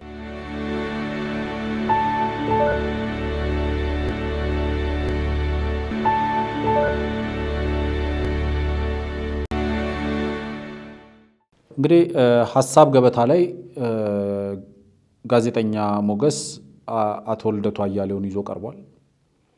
ለእኔ አቶ ልደቱ አያሌው በዚህ ፕሮግራም ላይ ሲቀርቡ ብዙ ሊጠየቁ የሚገባቸው ጉዳዮች ነበሩ።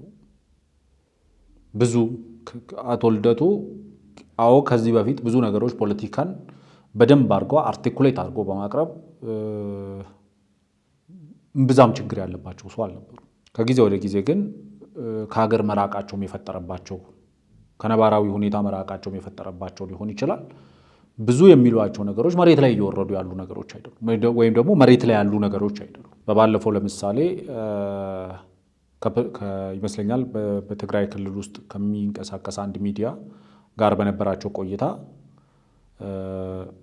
ከጋዜጠኛዋ ለቀረበላቸው የፕሪቶሪያ ስምምነትን በተመለከተ ለቀረበላቸው ጥያቄ ፕሪቶሪያ ስምምነት እኮ የሚባል የለም፣ ፕሪቶሪያ ስምምነት የሌለው ጠቅላይ ሚኒስትሩ በአደባባይ ወጥቶ ፕሪቶሪያ በተፈረመ ማግስት 100% የምንፈልገውን አግኝተናል፣ ስለዚህ ፕሪቶሪያ ስምምነት 100% የምንፈልገውን ያገኘንበት ስምምነት ነው ብለዋል። አንድ አካል 100% የሚፈልገውን ካገኘ ደግሞ ያ ስምምነት አልነበረም ማለት ነው የሚል የተሳሳተ ዴፊኒሽን ሰርተው ነበረ። ለዛ እኛ ተገቢው ምላሽ ሰጥተንበታል። አይ ቲንክ ኦገስት አካባቢ ላይ ይመስለኛል። እና እስቲ እሱን ተመልክተን እንመለስ። የፕሪቶሪያው ስምምነት ይጣስ እያሉ ነው ወይ ያልሽው? የፕሪቶሪያው ስምምነት ከተጣሰ ዘመናት እኮ አልፈውታል። ገና ስምምነቱ በተፈረመ ማግስት ጠቅላይ ሚኒስትሩ ወጥተው የሰጡትን መግለጫ የምታስታውሽ ከሆነ በማግስቱ ማለት ነው ራሱ ስምምነቱን በሚመለከት የሰጡት መግለጫ ስምምነቱን ጥሶታል። የፌዴራል መንግስት በፕሪቶሪያ ስምምነት 100% የሚፈልገውን አግኝቷል፣ አሸናፊ ሆኗል ብለው የሰጡት ይሄ ስቴትመንት ከፕሪቶሪያ ስምምነት መንፈስ ውጪ ነው፣ የጣሰ ነው።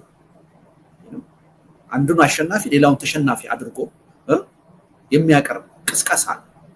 ይቺ ንግግር የተካሄደችው የፕሪቶሪያ ስምምነት በተፈረመ በማግስቱ ነው። ታስታውሽ ከሆነ የሆነ ሎጂ ሄደው የሰጡት መግለጫ ወደ ደቡብ አካባቢ። ከዛ በኋላ በነበሩት ሂደቶች ሁሉ ይሄ ስምምነት በየቀኑ ሲጣስ ነው የኖረው። የአገዛዙ ልሳናት በየቀኑ ሲጥሱት ነው የዋሉት እና ወደፊት የሚጣስ አድርገን አናቅርበው ማለት ነው፣ ወይም ደግሞ ቅርብ ጊዜ እንደተጣስ አድርገን አናቅርበው። በአጠቃላይ በሂደቱ ሲጣስ የነበረ ተከብሮ አያውቅም። ከመጀመሪያው የውሸት ነው። አቶ ልደቱ ሲመልሱ እንግዲህ ጋዜጠኛዋ ላነሳችላቸው ጥያቄ ፕሪቶሪያ የፈረሰው በተፈረመ ማግስት ነው፣ ያፈረሱትም ጠቅላይ ሚኒስትሩ ናቸው ይላል። እውነቱን ለመናገር አይ ዋዝ ኢገር ሌላ አዲስ ፋይንዲንግ አግኝተው ሊነግሩ ሊመጡ ይመስል ለካ ያው ነገራቸው ውሃ ቢወቅጡት እንቦጭ ስለሆነ የነገሩን ነገር እውነቱን ለመናገር እጅግ ያስቃል። ጠቅላይ ሚኒስትሩ በደቡብ ክልል በሚገኝ አንድ ሪዞርት ተገኝተው ባደረጉት ንግግር የፌዴራል መንግስት በፕሪቶሪያ ስምምነት የፈለገውን 100% አሳክቷል ሲሉ ነው የፕሪቶሪያ ስምምነት የፈረሰው የሚል ንግግር ነው የተናገሩት። እንዴት አንድ ሰው 100% ተሸናፊ ያደረገ ስምምነት እንዴት ስምምነት ይሆናል? የዛን ቀን እኮ ነው የፈረሰው። እዚህ ጋር ራሳቸውን መጠየቅ ያለባቸው ያ ስምምነት ምንድን ነው የፈለገው የፌዴራል መንግስቱ በዛ ስምምነት? አንደኛው ወደ ጦርነቱ የገባበት ምክንያት ህግ ማስከበር፣ ህግ መከበር አለበት ብሎ ነው። ህገ መንግስት መከበር አለበት ብሎ ነው። ሁለተኛው ሰላም እፈልጋለሁ ብሎ ነው ወደዛ ስምምነት ውስጥ የመጣው። ጦርነት አልፈልግም ሰላም እፈልጋለሁ ብሎ ነው ወደዛ እንትን የመጣው። ሶስተኛው በክልል ውስጥ የተቋቋመው ራሱን ፓራላል አድርጎ በትይዩ የሚመለከት የትግራይ መከላከያ ሰራዊት የሚባል ኃይል ተፈጥሯል። ይሄ ኃይል መፍረስ አለበት የሚል ፍላጎት ይዞ ነው የገባው። ስለዚህ የፈለጋቸውን ነገር አግኝቷል። ህወሓትም ወደ ቀልቡ ተመልሶ ህግና ስርዓት ማክበር አለብኝ፣ ሰላም ያስፈልገኛል፣ የታጠቀው ኃይሌንም ደግሞ ህግና ስርዓትን በተከተለ መልኩ ትጥቅ አስፈትቼ ወደ ተሃድሶ ማዕከላት አስገብቼ ስልጠና የሚያገኙበትና ወደ መደበኛ ህይወታቸው የሚመለሱበትን መንገድ ማመቻቸት አለብኝ ብሎ አምኗል በዛ ስምምነት ላይ። ስለዚህ ሁለቱ 100% አሸንፈዋል በዛ ስምምነት ላይ። እውነቱን ለመናገር የፌዴራል መንግስቱ ወደ ጦርነት ውስጥ የገባበት ህግና ህገ መንግስቱ እንዲከበር ነበር። ህግና ህገ መንግስቱ ተከብሮለታል። ህገ ወጥ የሆነ ምርጫ ተካሂዶ ነበር። ያ ምርጫ ተሰርዞለታል።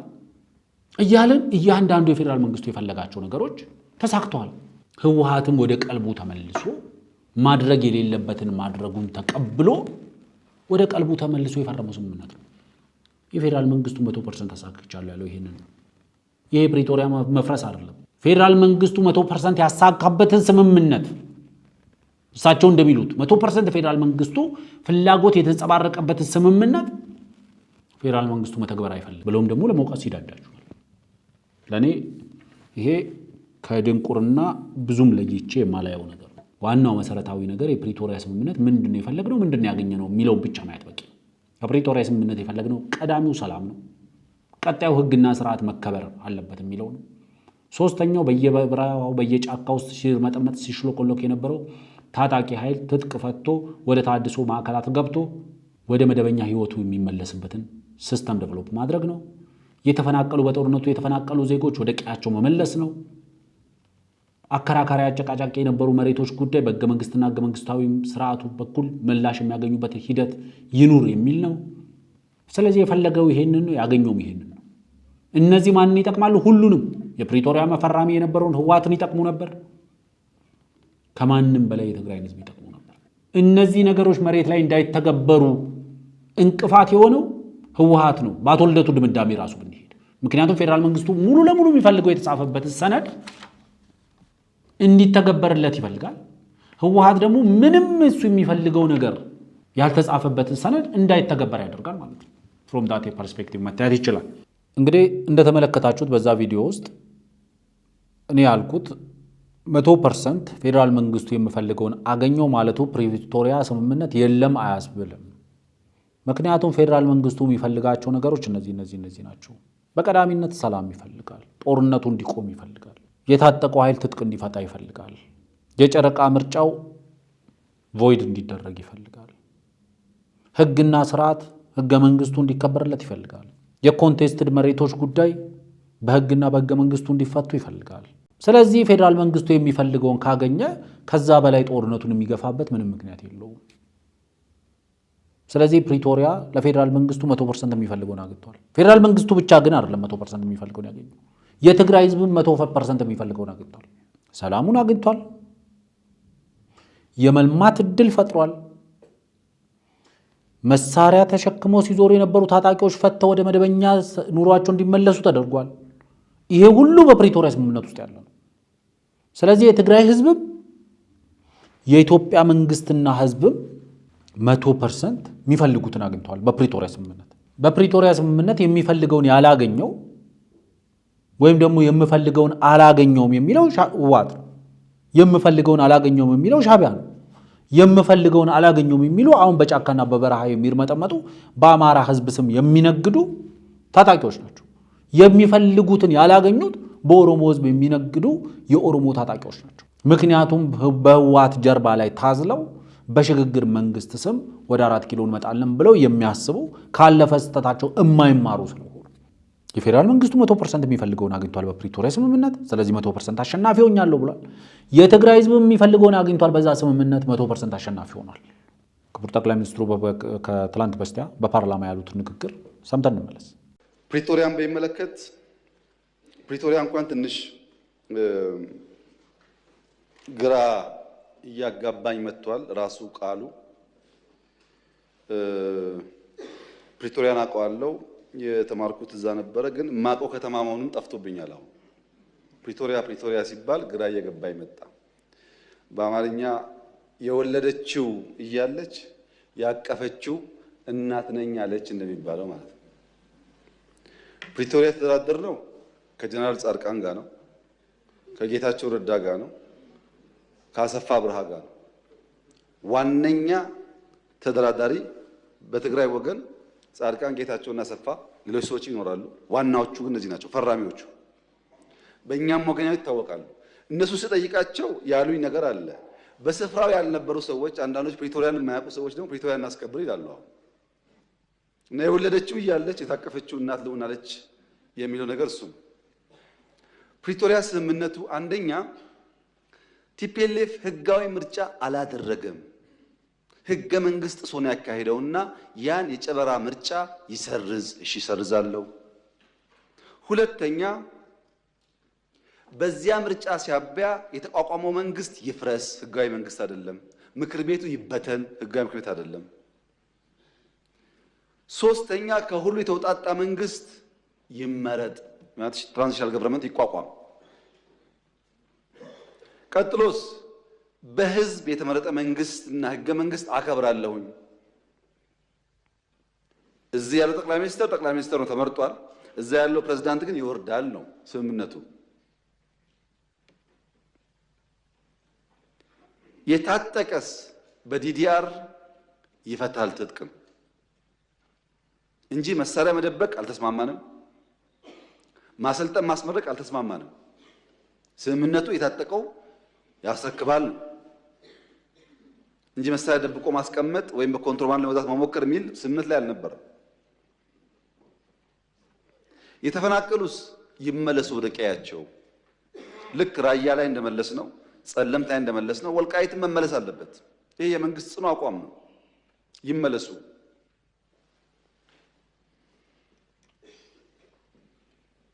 የውጭ ጉዳይ፣ የጸጥታ፣ የመከላከያ ጉዳይስ የፌዴራል ስልጣን ነው። ማን ያለው? የራሱ የህወሓት ህገ መንግስት። እኔ አልጻፍኩም። የነሱ ህገ መንግስት የውጭ ግንኙነት በሚመለከት የፌዴራል መንግስትን ይመለከታል፣ መከላከያን በሚመለከት፣ ደህንነት በሚመለከት ፌዴራል ይመለከታል ይላል ህገ መንግስቱ። አልቀየርነውም፣ ታውቃላችሁ። እነሱ ስልጣን ላይ ያሉ የሚሰራ ህገ መንግስት እነሱ ሲወርዱ የማይሰራ መሆን የለበትም። ምን እያደረጉ ነው እነሱ? ከውጭ ጋር ምን እያደረጉ ነው? እሱን ትቼ ማለት ነው። የለም የመሬት ጥያቄ አለ፣ ኮንቴስትድ ኤሪያ አለ። በአማራ ይገባኛል የሚባል ቦታ፣ በትግራይ ይገባኛል የሚባል ቦታ አለ። እሱ እንዴት ይፈታ ለሚለው ራሱ ህገ መንግስቱ ምላሽ አለው። የተከበረው ምክር ቤት በአንክሮ እንዲያስተውል እንፈልገው ኢትዮጵያ ውስጥ በኦሮሚያና በአማራ፣ በአማራና በሶማሌ በምናምን መካከል ድንበር የለም፣ ወሰን ብቻ ነው ያለው። ወሰን ሲያስቀምጥ ክልል 1 2 3 ሲል ህገ መንግስቱ ቀበሌ ግን አያሰምርም። እችኛዋ ካርታ የኦሮሚያ አይልም ህገ መንግስቱ። ምን ይላል? አከራካሪ ጉዳዮች ካሉ በህዝበ ውሳኔ ምላሽ ያገኛሉ ይላል እንጂ ድንበር አስምሮ ልክ እንደ ኢትዮጵያና ሱዳን፣ ኢትዮጵያና ኬንያ ድንበር ነው አይልም። የሚያጨቃጭቅ ቀበሌ ካለ የሚኖርበት ህዝብ ተወያይቶ በፌዴሬሽን ምክር ቤት ተወስኖ ወደዛም ወደዚህም ሊሄድ ይችላል። ህገ መንግስቱ የሚለው ይሄንን ነው። ይሄን ደግሞ በኢህአደግ ዘመን ብዙ ሰርተውበታል። በተለይ ድሬዳዋ ላይ። ድሬዳዋ የኦሮሚያ ክልል አካል ነበረ በህገ መንግስቱ። ሶማሌዎች እና ኦሮሞዎች ወንድማማች ሆነው ለብዙ ዓመት ኖረዋል። ድሬዳዋ ጋር የይገባኛል ጥያቄና ክርክር ተፈጠረ። ሲፈጠር በኢህአደግ ዘመን በዚህማ አንጨቃጨቅም፣ ድሬዳዋ ከኦሮሚያ ይነጠልና ለፌዴራል መንግስት ይሁን፣ ሶማሌ አንዱን ተርም ከንቲባ ይሁን፣ አንዱን ተርም ኦሮሞ ከንቲባ ይሁን ብለው አስማሙ። ይሄ ግን ህገ መንግስት ላይ የለም። ከዚያ በኋላ ድሬዳዋ ሶማሌና ኦሮሞዎች በሰላም እየኖሩ ነው። በጣም ጥሩ። ሰላም እስካመጣ ጊዜ ድረስ ችግር የለውም። አሁን በሶማሌና በኦሮሚያ መካከል የብዙ ቀበሌዎች ጥያቄ አለ። ብዙ በሲዳማና ወላይታ መካከል አለ ጥያቄ። በአፋርና ሶማሌ መካከል ጥያቄ አለ። ዩኒክ አይደለም። ወልቃይት ላይ ጥያቄ ዩኒክ አይደለም። ሁሉም ጋር ጥያቄ አለ። ሁሉም ጋር የሚፈታው ግን በሰላማዊ መንገድ ህዝቡ ቦታው አርፎ በህዝብ ውሳኔ መሆን አለበት ነው። ጠቅላይ ሚኒስትሩ ባለፈው የዛሬ ኦገስት አካባቢ ላይ እኔ ካልኩት እምብዛም የተለየ ነገር አይደለም የተናገሩት። ፕሪቶሪያ ስምምነት ማለት ይሄ ነው። አቶ ልደቱ ፕሪቶሪያ ስምምነት የለም ምናምን ብለው ለመራቀቅ የሞከሩት ፖለቲካቸው ከጊዜ ወደ ጊዜ እየመነመነ የሐሳብ ማረጥ እየገጠማቸው እንደመጣ የሐሳብ ድርቀት እየገጠማቸው እንደመጣ ማሳያ ነው። በዚህ ውይይት ምን ያህል ትንቢት ተናጋሪ እንደሆኑ ለማስረዳት ብዙ ሞክሯል። እሱን ሰምቻለሁ። እኔ በጣም እንደዚህ ከኔ በላይ እንደዚህ ያደረገ የለም፣ ከኔ በላይ እንደዚህ የተናገረ የለም፣ ከኔ በላይ እንደዚህ የጻፈ የለም በዚህ ጉዳይ ላይ በባህር በር ጉዳይ ላይ ብለው ለማስረዳት ያደረጉት ጥረት እምብዛም ለኔ እውነቱን ለመናገር ውሃ የሚያነሳ ጉዳይ አይደለም። ሌላኛው ጋዜጠኛ ሞገስ ያነሳላቸው ጥያቄ ከኛም ጋር ስለሚተሳሰር ምክንያቱም አሁን በቅድም በተመለከታችሁት ቪዲዮ ውስጥ በሙሉ ቪዲዮ ውስጥ ብትሰሙት አንደኛው እኛ ያነሳ ነው አቶ ልደቱ በዛው ከጋዜጠኛዋ ጋር በነበራቸው ቆይታ አንድ ጥያቄ ተነስቶላቸዋል። ጥያቄውን ያነሳችላቸው ኢትዮጵያ ውስጥ ህዝባዊ እምቢተኝነት ለመፍጠር ምን እያደረጋችሁ ነው የሚመስል ጥያቄ ነበር ያነሳችላቸው። ህዝባዊ እምቢተኝነት እንዲፈጠር ምንችለውን እናደርጋለን። ከሳቸው ቀድሞ አቶ ጀዋርም ህዝባዊ እምቢተኝነቶች እንዲቀጣጠሉና የተቀጣጠሉትን ደግሞ የባሰ እንዲቀጣጠሉ እናደርጋለን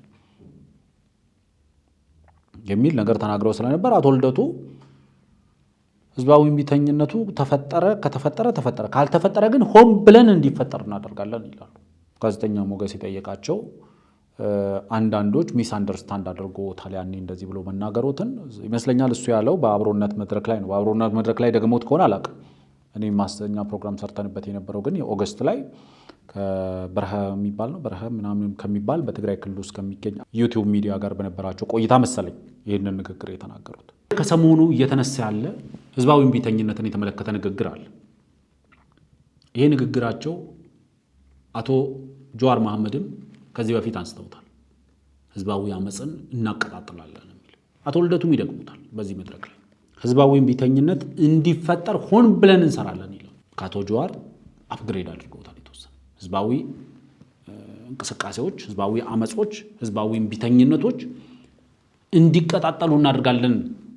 አቶ ልደቱ ደግሞ ሆን ብለን እንዲፈጠር እናደርጋለን። ማቀጣጣል አይደለም። በማቀጣጣልና ማቀጣጣል ማለት there is something የሆነች ጭልጭል የምትል የምትነድ ነገር አለች። ስለዚህ እሷን ማቀጣጣል ነው የሚባለው ማቀጣጣል ማለት። አቶ ልደቱ ደግሞ ሆን ብለን እንፈጥረዋለን ነው የሚሉት። በኢትዮጵያ ውስጥ ምን ሊፈጠር ይችላል? ህዝባዊ አመፅ የሚቀሰቀስበት እድል አለ ብለን ማንሳት የምንችልበት አጋጣሚ አለ? የኢትዮጵያ ህዝብ ከነባራዊ ሁኔታው ተነስቶ ከሰቆቃው ከችግሩ ተነስቶ ሰላማዊ ህዝባዊ እምቢተኝነትን ከማንሳት ከዘገየ እንኳ እኛ ራሳችን ሆን ብለን እንዲጀመር እናደርገዋል። የፖለቲካ ኃይሎቹ እንዲጀመር እናደርገዋል። ኢትዮጵያ ውስጥ ከበቂ በላይ ችግሮች አሉ፣ ለህዝባዊ እምቢተኝነት የሚሆኑ የፖለቲካ ፓርቲዎች መተባበር አለብን ወደሚል የመጡትም በዚህ ምክንያት ነው ምናምን ብሎ የተነትኑና አቶ ልደቱ ህዝቡ ግን እኛ በምንፈልገው ደረጃ ህዝባዊ እምቢተኝነቱን የማይቀሰቅስ ወይም የማይፈጥረው ከሆነ እኛ ሆን ብለን እንፈጥረዋለን ነው እንግዲህ የሚሉት እንደሰማችኋቸው። ሆን ብለን እንፈጥረዋለን ማለት ምን ማለት ነው? እሱ ነው መታየት ያለበት። ሆን ብለን እንፈጥረዋለን ማለት ህዝብን የሚያማርሩ ህዝብን የሚያሰቃዩ ተግባራትን በየመንደር ውስጥ በታጣቂዎቻችን በኩል እየፈጸምን በመንግስት ላይ እናላቀቃለን ነው አንዱ ስትራቴጂ። በህወሓት እጅ ላይ ከፍተኛ የሆነ የመከላከያ ሰራዊቱ ትጥቅና አልባሳት አሉ። ይህን አልባሳት ለታጣቂዎች በመበተን በየመንደሩ በዜጎች ላይ ግድያ እንዲፈጸም ያንን ግድያ እየቀረጸ ፐብሊሳይዝ የሚያደርግ ግብረ ኃይል ማሰማራት፣ ህዝብን በኢኮኖሚ ማማረር፣ በኢኮኖሚ ውስጥ የተሰገሰጉ እበላባይ ዘራፊ ነጋዴዎችን በመጠቀም ከሰሞኑ የብሔራዊ ባንክ እያወጣ ያለው መግለጫ ህገወጥ የሆኑ ምንዛሪ የሚያካሂዱ ሰዎችን ትኩረት ያደረገ የሀገሪቷን የኢኮኖሚ መረጋጋትን አደጋ ላይ የሚጥል እንቅስቃሴዎችን በበቂ በከፍተኛ ደረጃ በጀት መድቦ ማንቀሳቀስ፣ እነዚህ ነገሮች ነው የሚያደርጉት። የህዝብን ምሬት ከፍ የሚያደርጉ የህዝብን እንግልት የሚጨምሩ መንግስታዊ አገልግሎቶችን የሚያስተጓጉሉ በመንግስት ቢሮክራሲ ውስጥ የተሰገሰጉ የነሱ ደሞዝ ተከፋይ የሆኑ የመንግስት ሹማምንትና የመንግስት ባለስልጣናትን የመንግስት የሥራ ኃላፊዎችን የመንግስት ሰራተኞችን በመጠቀም ህዝብን ማማረር፣ ይሄ ነው ሆን ብለን እንፈጥረዋለን ማለት ሌላ ማለት አይደለም። ስለዚህ ዋናው መሰረታዊ ነገር መታወቅ ያለበት የኢትዮጵያ ሕዝብ ያውቃቸዋል። እነዚህ ሰዎች ምን ለማድረግ እንደሚፈልጉ ይታወቃል። ስለዚህ እነሱ ደጋግሞ ሞክረዋል። ኬንያን እንደ ምሳሌ አንስተው ሰሙዌር አውሮፓ ሰሙዌር አፍሪካ ውስጥ እየተርመጠመጡ ህዝባዊ እምቢተኝነት ያለበት ቦታ እየሄዱ ሁሉ ካንተ ያነሰ በደል የደረሰበት ህዝብ እንደዚህ እያደረገ እኮ ነው ምን ትጠብቃለህ እያሉ ለማስነሳት ሞክረዋል። የኢትዮጵያ ህዝብ ብልህም በሳልም ህዝብ ስለሆነ ጥያቄያቸውን አልተቀበለም።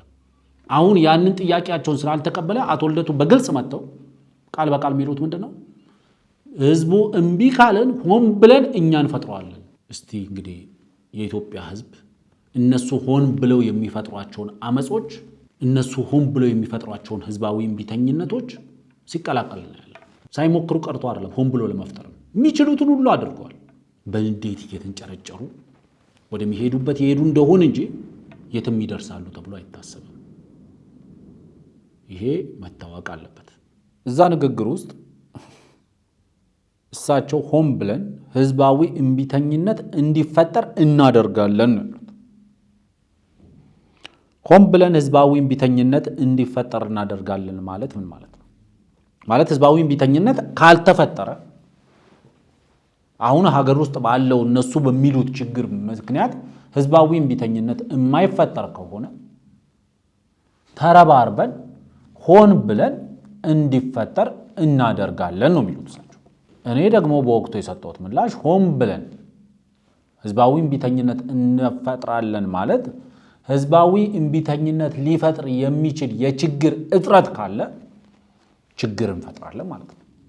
ያኔ ቃል በቃል ያልኩትና አሁን በተግባር መሬት ላይ እየዋለ ያለ ነገር ላስረዳ። ያኔ በህወሓትና በሌሎች ታጣቂዎች እጅ የሚገኝ የመከላከያ ሰራዊቱ ዩኒፎርም፣ የመከላከያ ሰራዊቱ ትጥቅ አለ። ያንን ትጥቅ በመልበስ በሲቪሊያን ዜጎች ላይ ግድያ በመፈጸም ህዝብ እንዲማረር ማድረግ ቪዲዮዎች ከአንዳንድ ቦታ ጋር እየመጡ እያየን ስለሆነ ማለት ነው። አሁን ቀድመን ነው የተናገሩት። ሌላስ በመንግስት ቢሮክራሲ ውስጥ የተሰገሰጉ ቅጥረኛ ቢሮክራቶች፣ በንግዱ ውስጥ የተሰገሰጉ ቅጥረኛ ነጋዴዎች ህዝብን እንዲያጉላሉ፣ እንዲያማርሩ፣ በዋጋ ጭማሪ እንዲያማርሩ ማድረግ። ኦገስት ላይ ነው ይሄን ፕሮግራም ይሰራል። ቅድም ያያችሁት የተሰራው ኦገስት ላይ ነው። ነሐሴ አሁን ወደ ህዳር እየቀረብን ነው አይደል? አቶ ልደቱ አይ አብዛኛው ሰው ሚስ አንደርስታንድ ቢያደርገኝም ህዝብ እኮ ይሳሳታል፣ እንኳን አብዛኛው ሰው ህዝብ ራሱ ይሳሳታል፣ እኔ እንደዛ ማለት ፈልጌ አይደለም የሚል ምላሽ ነው ለጋዜጠኛ ሞገስ በትላንትናው ዕለት የሰጡት። ማለት እውነቱን ለመናገር አቶ ልደቱን ከዚህ በፊትም ብያለሁ፣ በ45 ቀን መንግስት እናወርዳለን፣ በሁለት ወር መንግስትን አንበርክክ የሆነ ሰልፍ እናደርጋለን ምናምን ሲሉ ሁለት ወር ደርሶ እናያለን። እንግዲህ መንግስት አንቀጥቅጥ የሆነ ሰልፍ አደረግን ያሉለት በማግስቱ መጥተው ያሉት ምንድነው? በሁለት ወር በሶስት ወር ውስጥ መንግስት አንበርክክ የሆነ ሰልፍ እናደርጋለን ሚል እንቅስቃሴ እናደርጋለን፣ መንግስት አንበርክክ የሆነ ህዝባዊ እምቢተኝነትን እናስነሳለን በሁለት ወር ውስጥ ብለውን ነበር። መንግስት ተንበረከከ። አቶ ልደቱ ይሄ ነው መጠየቅ የነበረበት። የት ደረሰ? ያኔ በሁለት ወር በሶስት ወር ውስጥ መንግስት እናንበረክካለን ብላችሁ ነበረ። የበይነመረብ ሰልፍ ባደረጋችሁ ጊዜ ያ ሰልፍ መንግስትን አንቀጥቅጧል። ስለዚህ በሁለትና በሶስት ወር ውስጥ መንግስትን እናንበረክካለን ብላችሁ ነበር። ተንበረከከ ወይ ብሎ የሚጠይቅ ጋዜጠኛ አላገኘሁም እስካሁን ድረስ። እቺን 45 ቀን ይዟት እየዞሩ 45 ቀኑ እያለቀ ነው። ከዚህ በፊትም ብያለሁ፣ ከመቼ ይጀመር ብሎ የሚጠይቅ ጋዜጠኛ የለም። 45 ቀኑ ከመቼ ይጀመር? ቅድመ ሁኔታ ሲሟላ ይላሉ። ኑጉ ሲነጣ ወተቱ ሲጠቁር ማለት ነው። ቅድመ ሁኔታው ሲሟላ 45 ቀን። ለእኔ በሀገረ ካኦፒ ሊሰራ ይችላል፣ በሀገረ ኢትዮጵያ ግን የሚሰራ አይመስለኝም። አቶ ልደቱ ኢትዮጵያ ውስጥ እናንተ ደጋግማችሁ እንደምታነሱት ጄኔሬሽን ዚ ጄኔሬሽን ጂኒ ምናምን የምትሉት ለእኔ ኢትዮጵያ ውስጥ ያለው ጄኔሬሽን አሁን ስህተቶችን በመደጋገም የተማረ ጄኔሬሽን ነው ያለው። ከራሱ ስህተት ከሌሎች ስህተት የተማረ ጄኔሬሽን ነው ያለው። እርሶ አንድ የገባውት እውነት አለ። ትናንትና በቃለ መጠይቅ ውስጥ የነገሩን ያ የነገሩን ቁም ነገር ምንድነው? በብዙ ሺህ ማይልስ ርቀት ላይ ቁጭ ብላችሁ ኢትዮጵያ ውስጥ ስላለው ችግር ለኢትዮጵያ ሕዝብ አትንገሩት። እየኖረው ነው የሚለው ለጋዜጠኞች ያስተላለፉት መልእክት ጥሩ መልእክት ነው። መልእክቱ ግን ለእርሶም ይሰራል።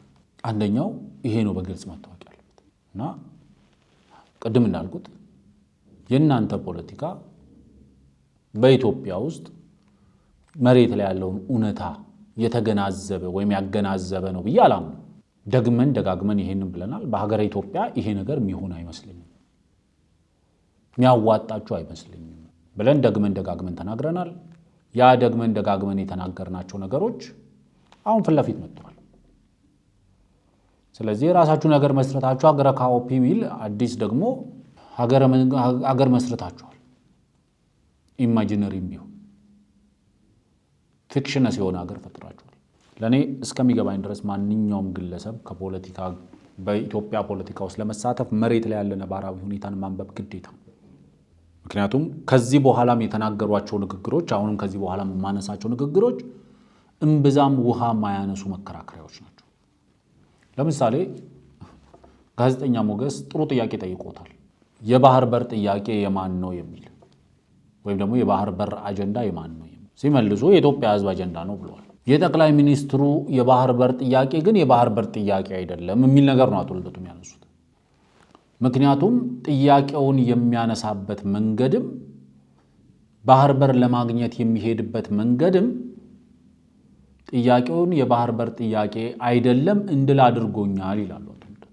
ሰምተናቸው እንመለስ። የባህር በር አጀንዳ የማን ነው የሚል ጥያቄ ማቅረብ ፈልጋለሁ። ለምን አሁን ሆነ በአሁኑ ሰዓት ሳይሆን አጠቃላይ አጀንዳው የማን ነው የሚል ነው። ምክንያቱም ከፊሉ እና እንደው አብዛኛው በተቃውሞ ያለው አጀንዳው የአብይ ነው ራሱ የባህር በር አጀንዳው የሚል ነው እና ግን ሰከንድ ሌየር አለው ብዬ እኔ ስለምገምት ነው ስትናገርም የሰማሁት። ጉዳዩ ለምን አሁንና እንዴት የሚለው እንጂ አጀንዳው ራሱ ፒውር ላይ አብይ የፈጠረው ወይም የአብይ አጀንዳ ነው የሚል ስላልመሰለኝ አጀንዳው የማን ነው ለሚለው የተወሰነ አጭር ቪዲዮ አለና ያን ቪዲዮ ላሳይና አስተያየት እንድሰጥ እፈልጋለሁ። የመጀመሪያው እሱ ነው። አምነው እዛ ለመግባት ነው። ኢትዮጵያ የጂኦግራፊ እስረኛ ሆኗ ለዘላለም ትኖራለች ብሎ የሚያስብ ኢትዮጵያዊ ካለ እርሱ የሞተ ነው። የወደብ አገልግሎት እንደ ነዳጅ፣ እንደ ባንክ አገልግሎት፣ እንደ መኪና በገበያ የሚሸጥና የሚገዛ አገልግሎትና ሸቀጥ ነው። ወደብ ሸቀጥ ነው ብለን በ60 ኪሎ ሜትር ቁጭ ካል አደጋ ይመጣል ነው። በህዝብ ያልተመረጠ መንግስት የባህር በር አሳልፎ የመስጠት ማንዴት የለውም። የባህር በር ጥያቄ ማንሳት ወንጀልና ስህተት አይደለም። ታሪክን ብታውቁ መለስ ብላችሁ ይህን ጥያቄ ማንሳት ስህተት የሚሆንበት ምንም ምክንያት የለም። ጥሩ። ይሄን እንደ መነሻ በቀላሉ እንዲሆነ ጠቅላይ ሚኒስትሩ ያለውም እዚህ ውስጥ ቅንጫቢ ስለሆነ ለዛው እንዲያመጣው ቀላል ስለሚሆን አጀንዳው ሌላ ሳልክ አጀንዳው ማን ነው? የባህር በር አጀንዳ የኢትዮጵያ ህዝብ። በፓርቲ ደረጃ ደግሞ ከወሰድክ የመጀመሪያው ይሄ ጉዳይ አጀንዳዬ ነው ሊል የሚችለው ኢዴፓ ነው። እኔ መስራች የነበርኩበት አባል የነበርኩበት መሪ የነበርኩበት ፓርቲ ነው። ለመጀመሪያ ጊዜ በኢትዮጵያ ታሪክ የባህር በር ጥያቄ የትውልዱ ጥያቄ መሆን አለበት ብሎ የፖለቲካ ፕሮግራም ላይ ያካተተ ፓርቲ የመጀመሪያ ፓርቲ የኛ ፓርቲ ነው። በፓርቲ ደረጃ ካየህ ቀዳሚው ጥያቄ እኛ ነን። ነገር ግን የትውልድ ጥያቄ ነው የሚል እምነት አለ። የኢትዮጵያ ህዝብ የባህር በር ያስፈልገኛል የሚል እምነት አለው። ስለዚህ አጀንዳው የኢትዮጵያ ህዝብ ነው የሚል እምነት አለኝ። የባህር በር አጀንዳ ነው እያልኩ ያለሁት አሁን የሚነሳው አጀንዳ ማለት አይደለም። አሁንም የባህር በር አጀንዳ አይደለ እየተነሳ ያለው። እኔም ለይቼ ነው ያስቀመጥኩት። በጠቅላይ ሚኒስትሩ የባህር በር አጀንዳ አይደለም። ምንድነው አጀንዳው? የሚጠይቀው የባህር በር አጀንዳና ወደብን ነው የሚለው። ትናንትናም የተናገረው ይሄው እዚህ ጋር ይሄን ተናግረው የባህርን ኢትዮጵያ ለማጣት 30 ዓመት ከዚያ በላይ የወሰደ ትግል ነበር። ታውቃላችሁ። በ30 ዓመት ትግል ውስጥ በብዙዎች ርብርብ ነው ኢትዮጵያ ያጣችው። ሌላ 30 ዓመት ያስፈልጋታል ብዬ ግን አላስብም። በተረጋጋ መንገድ፣ በሰከነ መንገድ በውይይት መሄድ በጣም አስፈላጊ ነው። የፈለገ ብንወያይ ግን ለማጣት የፈጀብን 30 ዓመት ለማግኘት ይፈጅብናል ብዬ ግን አላስብም። እሺ፣ ይሄንን ነው አንዱ ትናንትና የተናገረው ከአሁኑ ጉዳይ ጋር የተያያዘው። አዎ፣ ምንድነው ምን ብዬሃለሁ? የጠቅላይ ሚኒስትሩ ፍላጎት የባህር በር አጀንዳ አይደለም። የባህር በር አጀንዳ ያለው ሰው ወይም መሪ የባህር በር ሊያስገኝ የሚችለውን መንገድ ነው የሚከተለው። የባህር በር ሊያስገኝ የሚችለውን መፍትሄ ነው የሚከተለው። አሁን ይሄ ጠቅላይ ሚኒስትር እየተከተሉ ያሉት የባህር በር የማግኘት እድላችንን የሚያርቅ የሚያወሳስብ ምናልባትም እንዳይቻል የሚያደርግ። ስለዚህ የእሳቸው አጀንዳ የባህር በር የማግኘት አጀንዳ አይደለም። እሳቸው ለምንድን ነው ይሄን የሚያቀርቡት ካልከኝ መመለስ ይችላሉ። አንደኛ በቃ የትኩረት ሴንተር መሆን ይፈልጋሉ። ጥሩ ነገር ሰርተው የትኩረት ሴንተር መሆን ካልቻሉ በጦርነት አዋጅ ነው ያን ትኩረት ሊያገኙ የሚችሉት። ስለዚህ የአካባቢው ሀገሮች፣ የዓለም ሀገሮች እሳቸው ላይ ትኩረት እንዲያደርጉ ይፈልጋሉ። ትኩረት ያሰጣቸዋል፣ ያስገኝላቸዋል ይሄ። ምክንያቱም ከባድ አጀንዳ ነው። አንድን ሀገር በጉልበት ለመውረር የባህር በር ለመቀማት የሚደረግ እንቅስቃሴ እጅግ ከባድ አጀንዳ ነው። እንቅስቃሴው ግን አለ፣ በዛው እንድትሄድበት የመውረር እንቅስቃሴ አለ ወይ እንጂ ልጨርስልህ። ዞሮ ዞሮ ፕሮፓጋንዳ አይደለ ያሰማኸኝ፣ በሱ ደረጃ ያለውን ነገር ነው ማየት የምችለው አሁን። ስለዚህ አንድ እሱ። ሁለተኛ ይሄ ሰውዬ ቋሚ የሆነ ገንዘብ ከዩናይትድ አረብ ኤሚሬትስ ማግኘት ይፈልጋሉ። የመሳሪያ እርዳታ ማግኘት ይፈልጋሉ። የገቡት ቃል አለ፣ የቀይ ባህር ኃይል ሆናለሁ ነገ ከነገ ወዲያ፣ ያኔ በቀይ ባህር ዙሪያ የሚኖረው ስትራቴጂክ ጥቅማችሁ እንዲጠበቅ አደርጋለሁ ብሎ ቃል ገብቷል። ይህን እውነት ማስመሰል ይፈልጋል። እውነት አስመስሎ የሚመጣው ገንዘብ እንዳይቆም ይፈልጋል። የሚመጣው የመሳሪያ እርዳታ እንዳይቆም ይፈልጋል። አንዱ ይሄ ነው። ሁለተኛው ይሄ ነው። ሶስተኛው ምንድን ነው? አገር ቤት በአንድነት ኃይሉ፣ በኢትዮጵያኒስት ኃይሉ፣ በአማራው ማህበረሰብ ከፍተኛ የሆነ የተቀባይነት ችግር ገጥሞታል። ጠቅላይ ሚኒስትሩ ገጥሟቸዋል። የዛሬ 3-4 ዓመት የነበራቸው ተቀባይነት አሁን በኖ ጠፍቷል። አይንህን ላፈር ተብለዋል። ስለዚህ የዚህን ህብረተሰብ ድጋፍ መልሼ እንዴት ነው የማገኘው ብለው ያስባሉ። በተለይ ምርጫ እየመጣ ነው ወደፊት፣ የሀገር ውስጥ ጦርነት እየተባባሰ ነው። ስለዚህ የዚህን ህዝብ ድጋፍ ላገኝ የምችለው ይሄ ህዝብ ለባህር በር ጥያቄ ቀናይ ነው። ይህን ጥያቄ በመድረክ ባቀነቅን ትኩረት ይሰጠኛል፣ ተቀባይነት አገኛለሁ፣ ይደግፈኛል ብለው ነው ይህን እያራመዱ ያሉት። ይህን ደግሞ ዛሬ አይደለም ሞገስ የምናገረው፣ ከ3 ዓመት በፊት ተናግሬያለሁ። ከኪሳቸው ካስቀመጧቸው የድጋፍ ማሰባሰቢያ ካርዶች ውስጥ አንዱ የቀይ ባህር ጉዳይ ነው። ስለ ልቦናቸው ከገባይ በኋላ ማለት ነው። ምን እንደሚናገሩ ብቻ ሳይሆን እንዴት እንደሚያስቡ ከተረዳኋቸው በኋላ የተለያዩ ካርዶች ኪሳቸው ውስጥ አሉ። 2 ካርድ ይቀራቸዋል። አንዱ የቀይ ባህር ጉዳይ ነው። ሁለተኛው ህገ መንግስትን የመለወጥ ወይም የማሻሻል ጉዳይ ነው። እነዚህን ካርዶች ወደፊት ይመዛሉ ብዬ ነበር። ይኸው መዘዙ። ዶክተር አብይ አሁን ባለው ሁኔታ ኢትዮጵያ የባህር በር ያስፈልጋታል። ይህን ጉዳይ ደግሞ በፖለቲካ በዲፕሎማሲ መምጣት አለበት ብለን እናምናለን ብለው በጤናማ መልኩ በኃይል አይደለም፣ በጦርነት አይደለም፣ በሸር አይደለም ቢያራምዱ ከነዚህ ሁሉ ችግራቸው ጋር ደግፋቸው ነበር። አይደል? ይሄ በዚህ አጀንዳ ላይ ያላቸውን አቋም ደግፍ ነበር። ችግር የለብኝ። እንግዲህ አቶ ልደቱ እንደሚሉት ጠቅላይ ሚኒስትሩ የባህር በር ጥያቄን ያነሱት ትኩረት ለመያዝ ነው፣ ትኩረት ለማግኘት፣ በቀጠናዊ ትኩረት ለማግኘት፣ አህጉራዊ ዓለም አቀፋዊ ትኩረት ለማግኘት ነው ይላሉ። አንደኛው ምክንያት ይሄ ነው ይላሉ እንደሰማችሁት። ሁለተኛው የዩኤኢ ተልእኮ ነው ይላሉ። ሶስተኛው ደግሞ ሀገር ውስጥ ያጡትን ተቀባይነት በተለይ ደግሞ በኢትዮጵያዊነት ከሚያምነው የአማራ ህዝብ በኢትዮጵያዊነት በማመን የአማራ ህዝብ ኤክሰፕሽናል የሚሆንበት ምክንያት አይገባኝም እውነቱን ለመናገር። ግን በኢትዮጵያዊነት ከሚያምነው የአማራ ህዝብ ትኩረት ወይም ደግሞ ቅቡልነት ለማግኘት ነው። በእነዚህ 3 ምክንያት ነው ጠቅላይ ሚኒስትሩ የሚያነሱት ይላሉ። ለእኔ እስከሚገባኝ ድረስ አቶ ልደቱ ክቡር ጠቅላይ ሚኒስትሩ ይህንን ጥያቄ ሲያነሱ የዛሬ 2 ዓመት አይደለም። ጠቅላይ ሚኒስትሩ ወደ ስልጣን ከመምጣታቸው በፊት ጀምሮ የኢትዮጵያ የባህር በር ባለቤት መሆንን በተመለከተ ግልጽ አቋም ነበራቸው። ጠቅላይ ሚኒስትሩ ጠቅላይ ሚኒስትር በሆኑ ማግስት ወደ ኤርትራ በተጓዙበት ሰዓት ከሻዕቢያው ፕሬዝዳንት ኢሳያስ ጋር በግልጽ ቁጭ ብለው የተነጋገሩትም ይህንን ጉዳይ ነው። የሻዕቢያው ፕሬዝዳንት ወደ አዲስ አበባ በመጡበት ሰዓት በግልጽ የተነጋገሩት ይህንን ጉዳይ ነው። ጠቅላይ ሚኒስትሩ ከቻይና አፍሪካ ጉባኤ ይመስለኛል ሲመለሱ አሰብ ከተማ ላይ ባደረጉት ጉብኝትና በዛው መድረክ ላይ የተነጋገሩት ይህንኑ ነው። ጠቅላይ ሚኒስትሩ ከኢትዮጵያ ቴሌቪዥን ጋር የነበራቸውን ቆይታ እዛው አሰብ ዳርቻ ላይ ኢሳያስ ከሲጂቲኤን ግሩም ጫላ ጋር እዛው አሰብ ዳርቻ ላይ ያደረጉትን ቆይታ ማየት ትችላላችሁ። ይሄስ መቼ ነው የሆነው? ከ2 ዓመት በፊት ከ3 ዓመት በፊት መቼ ነው የሆነው? ከትግራይ ጦርነት በፊት አይደለም።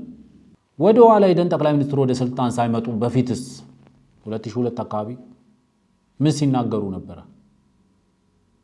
ገና ወደ ጠቅላይ ሚኒስትር ጽሕፈት ቤት ሳይመጡ ገና ያኔ ኢንሳ ያሉ ጠቅላይ ሚኒስትሩ ስለ ባህር በር ምን ይሉ ነበር?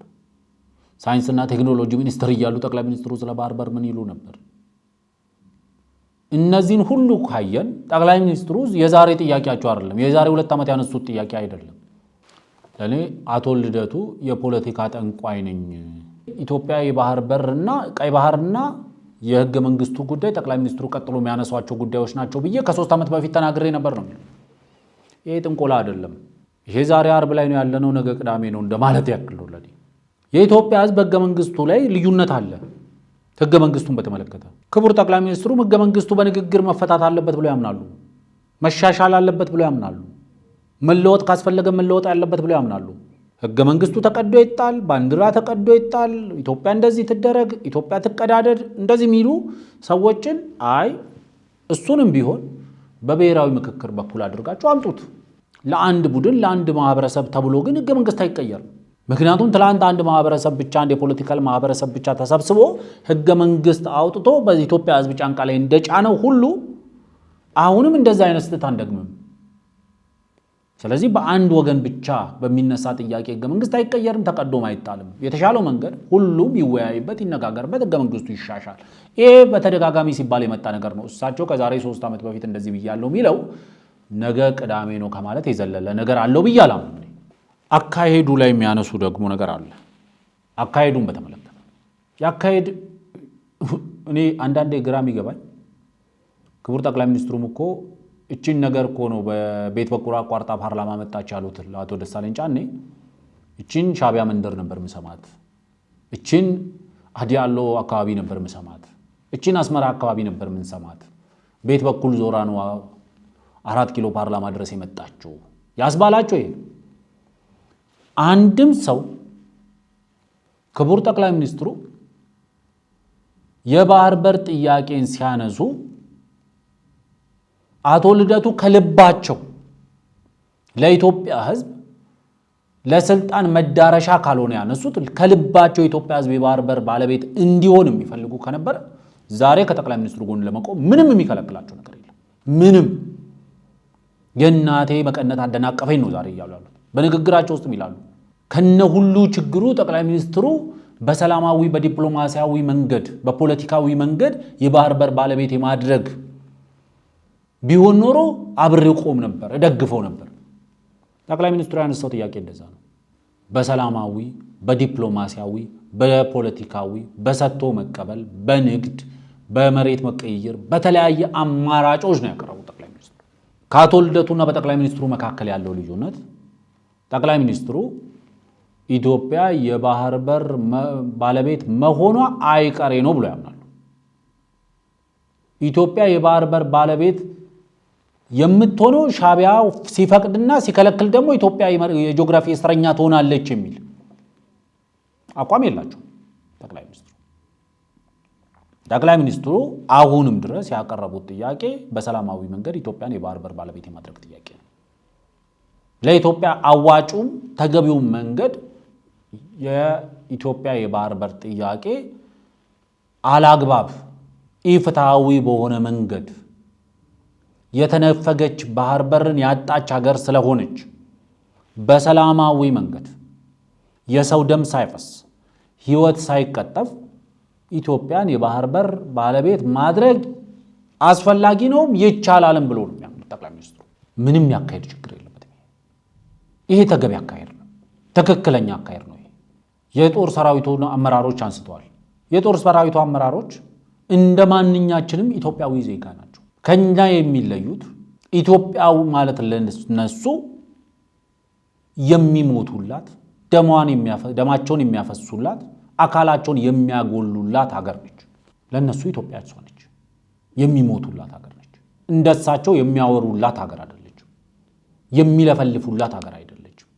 ለመከላከያ ሰራዊቱ እንደ ማንኛውም ዜጋ ወጥቶ ኢትዮጵያ የባህር በር ባለቤት መሆን አለባት በማንኛውም መንገድ። ምክንያቱም ባህር በር ለኢትዮጵያ ህይወት ነው፣ የህይወት በር ነው። ባሉ ግርማ እንዳለው ባህር በር የህይወት በር ነው ለኢትዮጵያ። የኢትዮጵያን ህዝብ ህልውና ማረጋገጥ ደግሞ የመከላከያ ሰራዊቱም ግዴታ። የኢትዮጵያ መከላከያ ሰራዊት የሚወስዳቸው ማንኛውም እርምጃ የማንን ትዕዛዝ ይጠብቃሉ ከተባለ የክቡር ጠቅላይ ሚኒስትሩ ክቡር ጠቅላይ ሚኒስትሩ ደግሞ በሰላማዊ በዲፕሎማሲያዊ መንገድ ነው ኢትዮጵያ የባህር በር ባለቤት መሆን ያለባት ብለው ያምናሉ። አይ በዲፕሎማሲም አልቀበልም፣ ሰላማዊ አማራጭንም አልወስድም፣ ምንም ነገር አላደርግም፣ በቃ ኢትዮጵያ የባህር በር አልባ እንደሆነች ትቀጥላለች የሚል መንግስት ዲያሎ እስካለ ድረስ ግን ሰላም ይቀጥላል ማለት አይደለም።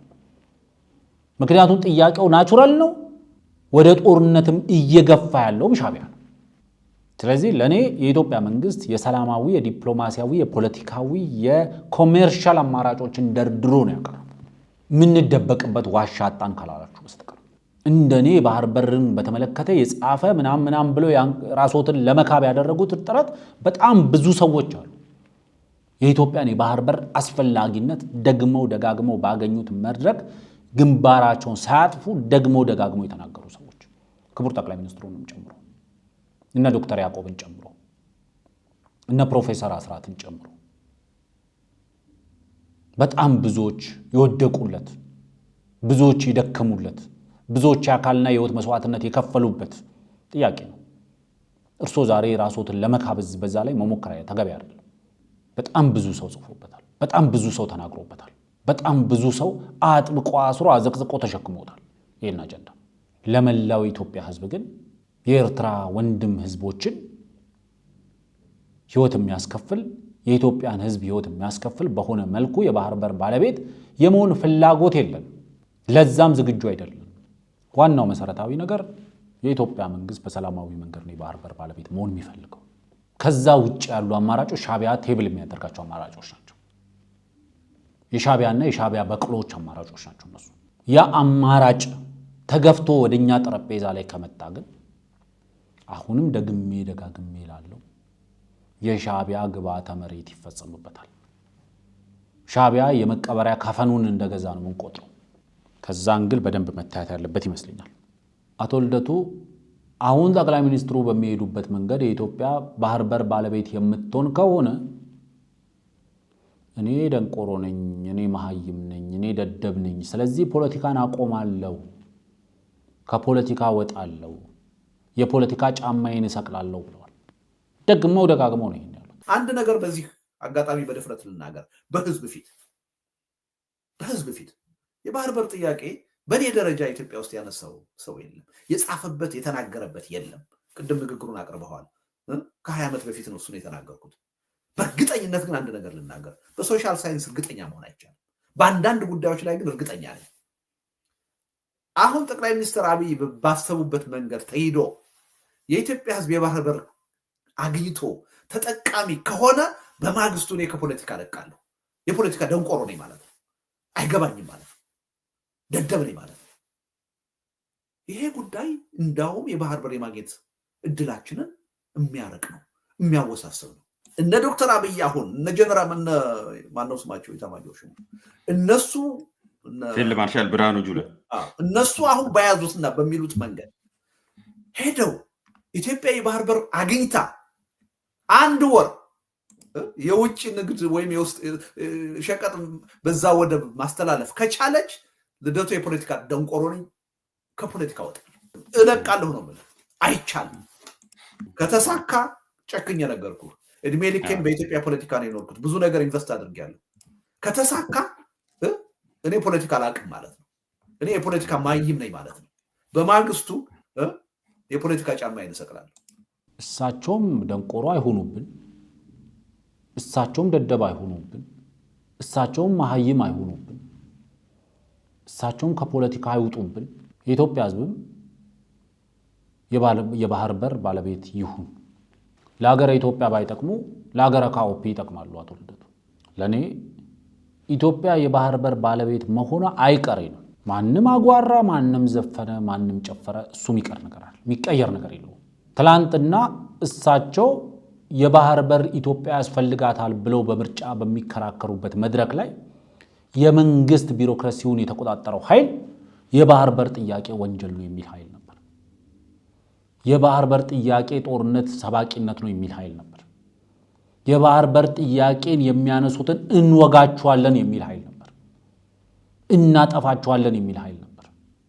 ዛሬ አቶ ልደቱ ትላንትና የባህር በር ጥያቄ ሲያነሱ ከልብ ቢሆን ኖሮ ዛሬ የኢትዮጵያ መንግስት ትላንትና ይህንን ዛሬ ክቡር ጠቅላይ ሚኒስትር ዶክተር አብይ አህመድ የተቀመጡበት ቦታ ላይ የተቀመጠው መንግስት ወንጀል ያደረገውን ተግባር ጠቅላይ ሚኒስትሩ ክቡር ጠቅላይ ሚኒስትር ዶክተር አብይ አህመድ ያ ተግባር የኢትዮጵያ ህልውና ጉዳይ ነው የሚሉ ሰው ናቸው። ግን አቶ ልደቱ በዚህ ሰዓት ላይ irrespective of all the differences ከጠቅላይ ሚኒስትሩ ጎን መቆም ነበረባቸው።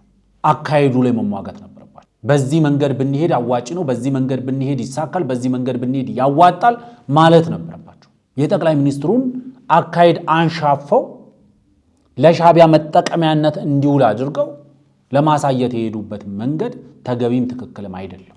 ይሄ ለሻቢያ ውለታ የመዋል ለሻቢያ የመገረድ ተግባር ነው። ምክንያቱም የኢትዮጵያ መንግስት እሳቸው በዚህ ቃለ መጠይቃቸው ውስጥ እንዳሉት ሻቢያ እንኳን ቀድሞ ቢተኩስ የጦርነቱ ጀማሪ የኢትዮጵያ መንግስት ነው ብሎ ለሻቢያ አፐር ሃንድ ለመስጠት አድቫንቴጅ ለመስጠት የሄዱበት ርቀት ለተመለከተ ሰው አቶ ልደቱ ለሻቢያ መገረዳቸው ማሳያ ነው። ለሻቢያ ራሳቸውን ለሽያጭ ማቅረባቸው ማሳያ ነው። ለኔ አንድም የኢትዮጵያ መንግስት አንድም ከጠቅላይ ሚኒስትሩ አፍ የሰላማዊ አማራጮች ሳይቀርቡ የፖለቲካዊ አማራጮች ሳይቀርቡ የዲፕሎማሲያዊ አማራጮች ሳይቀርቡ የቀረበት አጋጣሚ የለም። ደጋግሞ ነው ያቀረቡት። እሳቸው ግን ጠቅላይ ሚኒስትሩ ከሚናገሩት በላይ ጠቅላይ ሚኒስትሩ የሚያስቡትን አውቃለሁ፣ እንደዚህ ሰላማዊ አማራጭ ነው፣ በሰላማዊ መንገድ ነው የባህር በር ባለቤት መሆን የምንፈልገው ሲሉ በጭንቅላታቸው ውስጥ የጦርነት አማራጭን ነው የሚያስቡት ብለው ለማቅረብ ያደረጉት ጥረት እምብዛም ውጤት የሚያመጣ አይመስልም። በስተመጨረሻ አንድ ሐሳብ አንስቼ ለቋጭ። አሁን በዓለም አቀፍ ደረጃ በግብፅና በኢትዮጵያ መካከል ያለው ውጥረት በዲፕሎማሲያዊ በውይይት መንገድ ለመፍታት ጥረት እየተደረገ ነው። የኢትዮጵያ መንግስት አንድ ግልጽ አቋም ይዟል። አሁን ባለኝ መረጃ መሰረት የኢትዮጵያ መንግስት ነጥዬ አልደራደርም የሚል አቋም ወስዷል። ከባህሩ የተገፋሁት ስለ ወንዙ በሚል ነው። ስለዚህ የቀይ ባህርና የናይል ጉዳይ ተነጣጥለው ለድርድር የሚቀርቡ አይደሉም። በናይል ጉዳይ እንደራደራለን። ስንደራደር ግን የቀይ ባህር ጉዳይ የሚነሳል እዛ ጠረጴዛ ላይ። በናይል ወንዝ ላይ ወይም በአባይ ወንዝ ላይ ስምምነት ላይ መድረስ የሚፈልግ አካል ካለ በቀይ ባህር ላይ ይዞት የሚመጣው ስምምነት ያስፈልጋል። የሻቢያ አለቆች ያሉት ካይሮ፣ የካይሮ ጌቶቹ የኢትዮጵያን የባህር በር በድንኳን ሰባሪነት የወሰድከውን የኢትዮጵያን የባህር በር መልስላቸው፣ እኛም በውሃው ላይ ያለንን የጋራ ተጠቃሚነትን ሊያረጋግጥልን የሚችል ዘላቂ ተጠቃሚነታችን ሊያረጋግጥልን የሚችል ሰላማዊ ስምምነት ላይ እንድንደርስ ይህንን አድርግላቸው ወደሚል ድርድር መምጣት አለባቸው። የሻቢያው ሰው ለ5 ቀን ካይሮ ገብቷል። በተወሰነ ደረጃም ቢሆን በዋሽንግተን አደራዳሪነት በዝቅተኛ በመካከለኛ አመራሮች የተጀመረ ድርድር አለ በግብፅና በኢትዮጵያ። መረጃዎች እንደሚያሳዩት የኢትዮጵያ መንግስት በግልጽ አስቀምጦታል። ነጥዬ አልደራደርም። ሁለቱም ይነጣጠሉ ነገሮች አይደሉም። ከባህሩ የተገፋ ነው ስለ ወንዙ በሚል ምክንያት ነው። ስለዚህ አረባናይዜሽን ኦፍ ዘ ሬድ ሲ ወይስ ደግሞ መካከለኛው ምስራቅን ጨምሮ ወደ ሰናይ በረሃ ድረስ ሊተርፍና ሊትረፈረፍ የሚችል ኢትዮጵያ ሜዲትራኒያን ከሚገባ ወንዝ ደን ጥቅም የለንም። ኢትዮጵያ መጠቀም ባለባት ልክ ተጠቅማ የተረፈው ወደ ሜዲትራኒያን ከሚገባ ዳይቨርት አድርገን ወደ ሰናይ በረሃና ወደ አረቡ ዓለም እንበትነዋለን። አረቡም ንጹህ የመጠጥ ውሃ ሊያገኝ የሚችልበት እድል አለ ተብሎ ከታሰበ ግን ኢትዮጵያ የባህር በር መብቷ ከተጠበቀላት በናይል ላይ መጠቀም የሚያስችላት ተገቢ መብቷ ከተጠበቀላት ኢትዮጵያ ለሱዳንና ለግብፅ መተማመኛ መስጠት አይከባድ አይደለም። ይሄ ነው መልከታ ነው።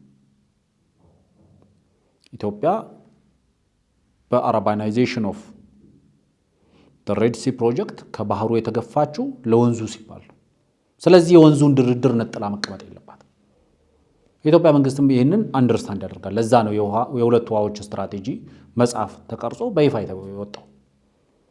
የሚነጣጠሉ አይደሉ፣ አንድ ላይ ተይዘው ነው ልንነጋገርባቸው የሚገባው።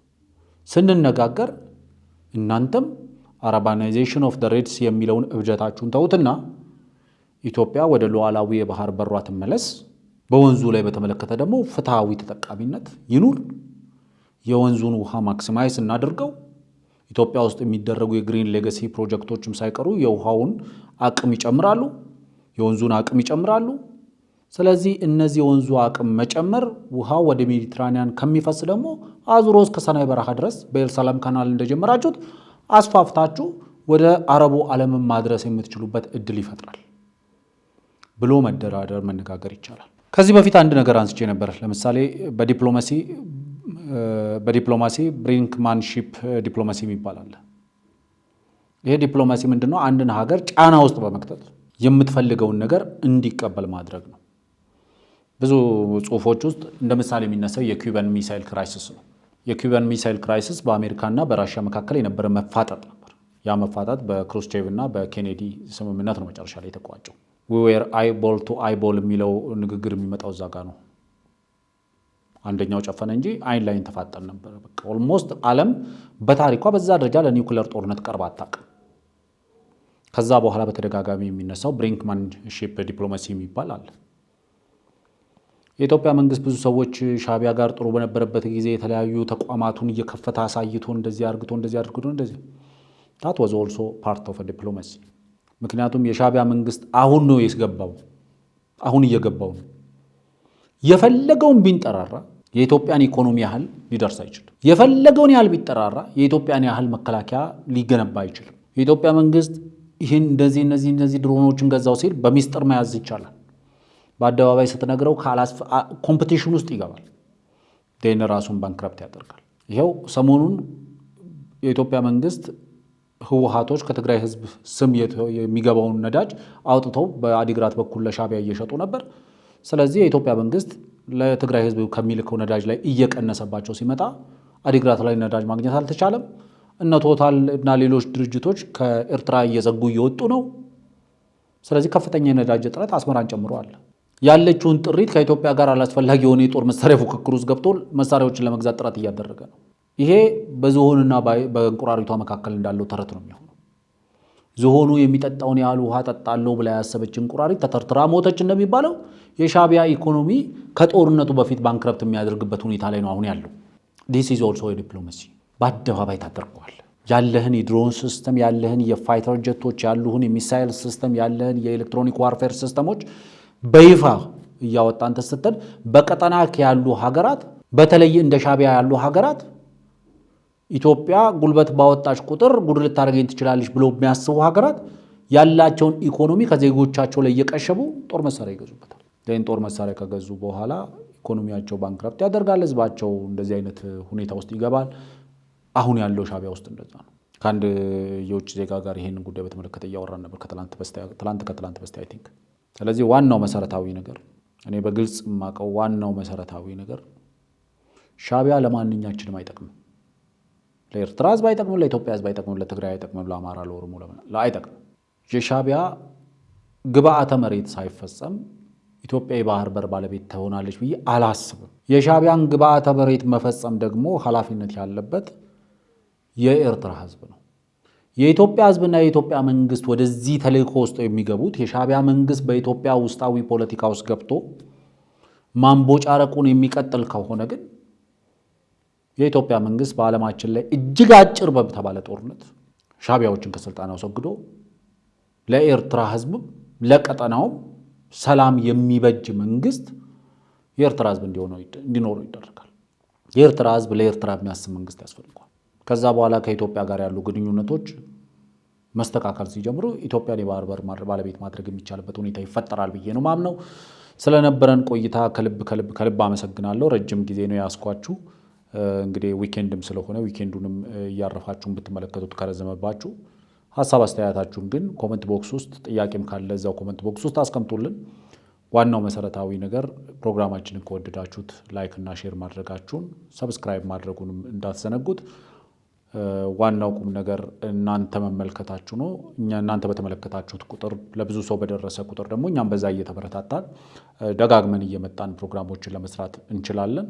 ለዛሬ ግን ስለነበረን ቆይታ ከልብ አመሰግናለሁ። መልካም ዊኬንድ እንዲሆንላችሁ እመኛለሁ። ጤና ይስጥልኝ።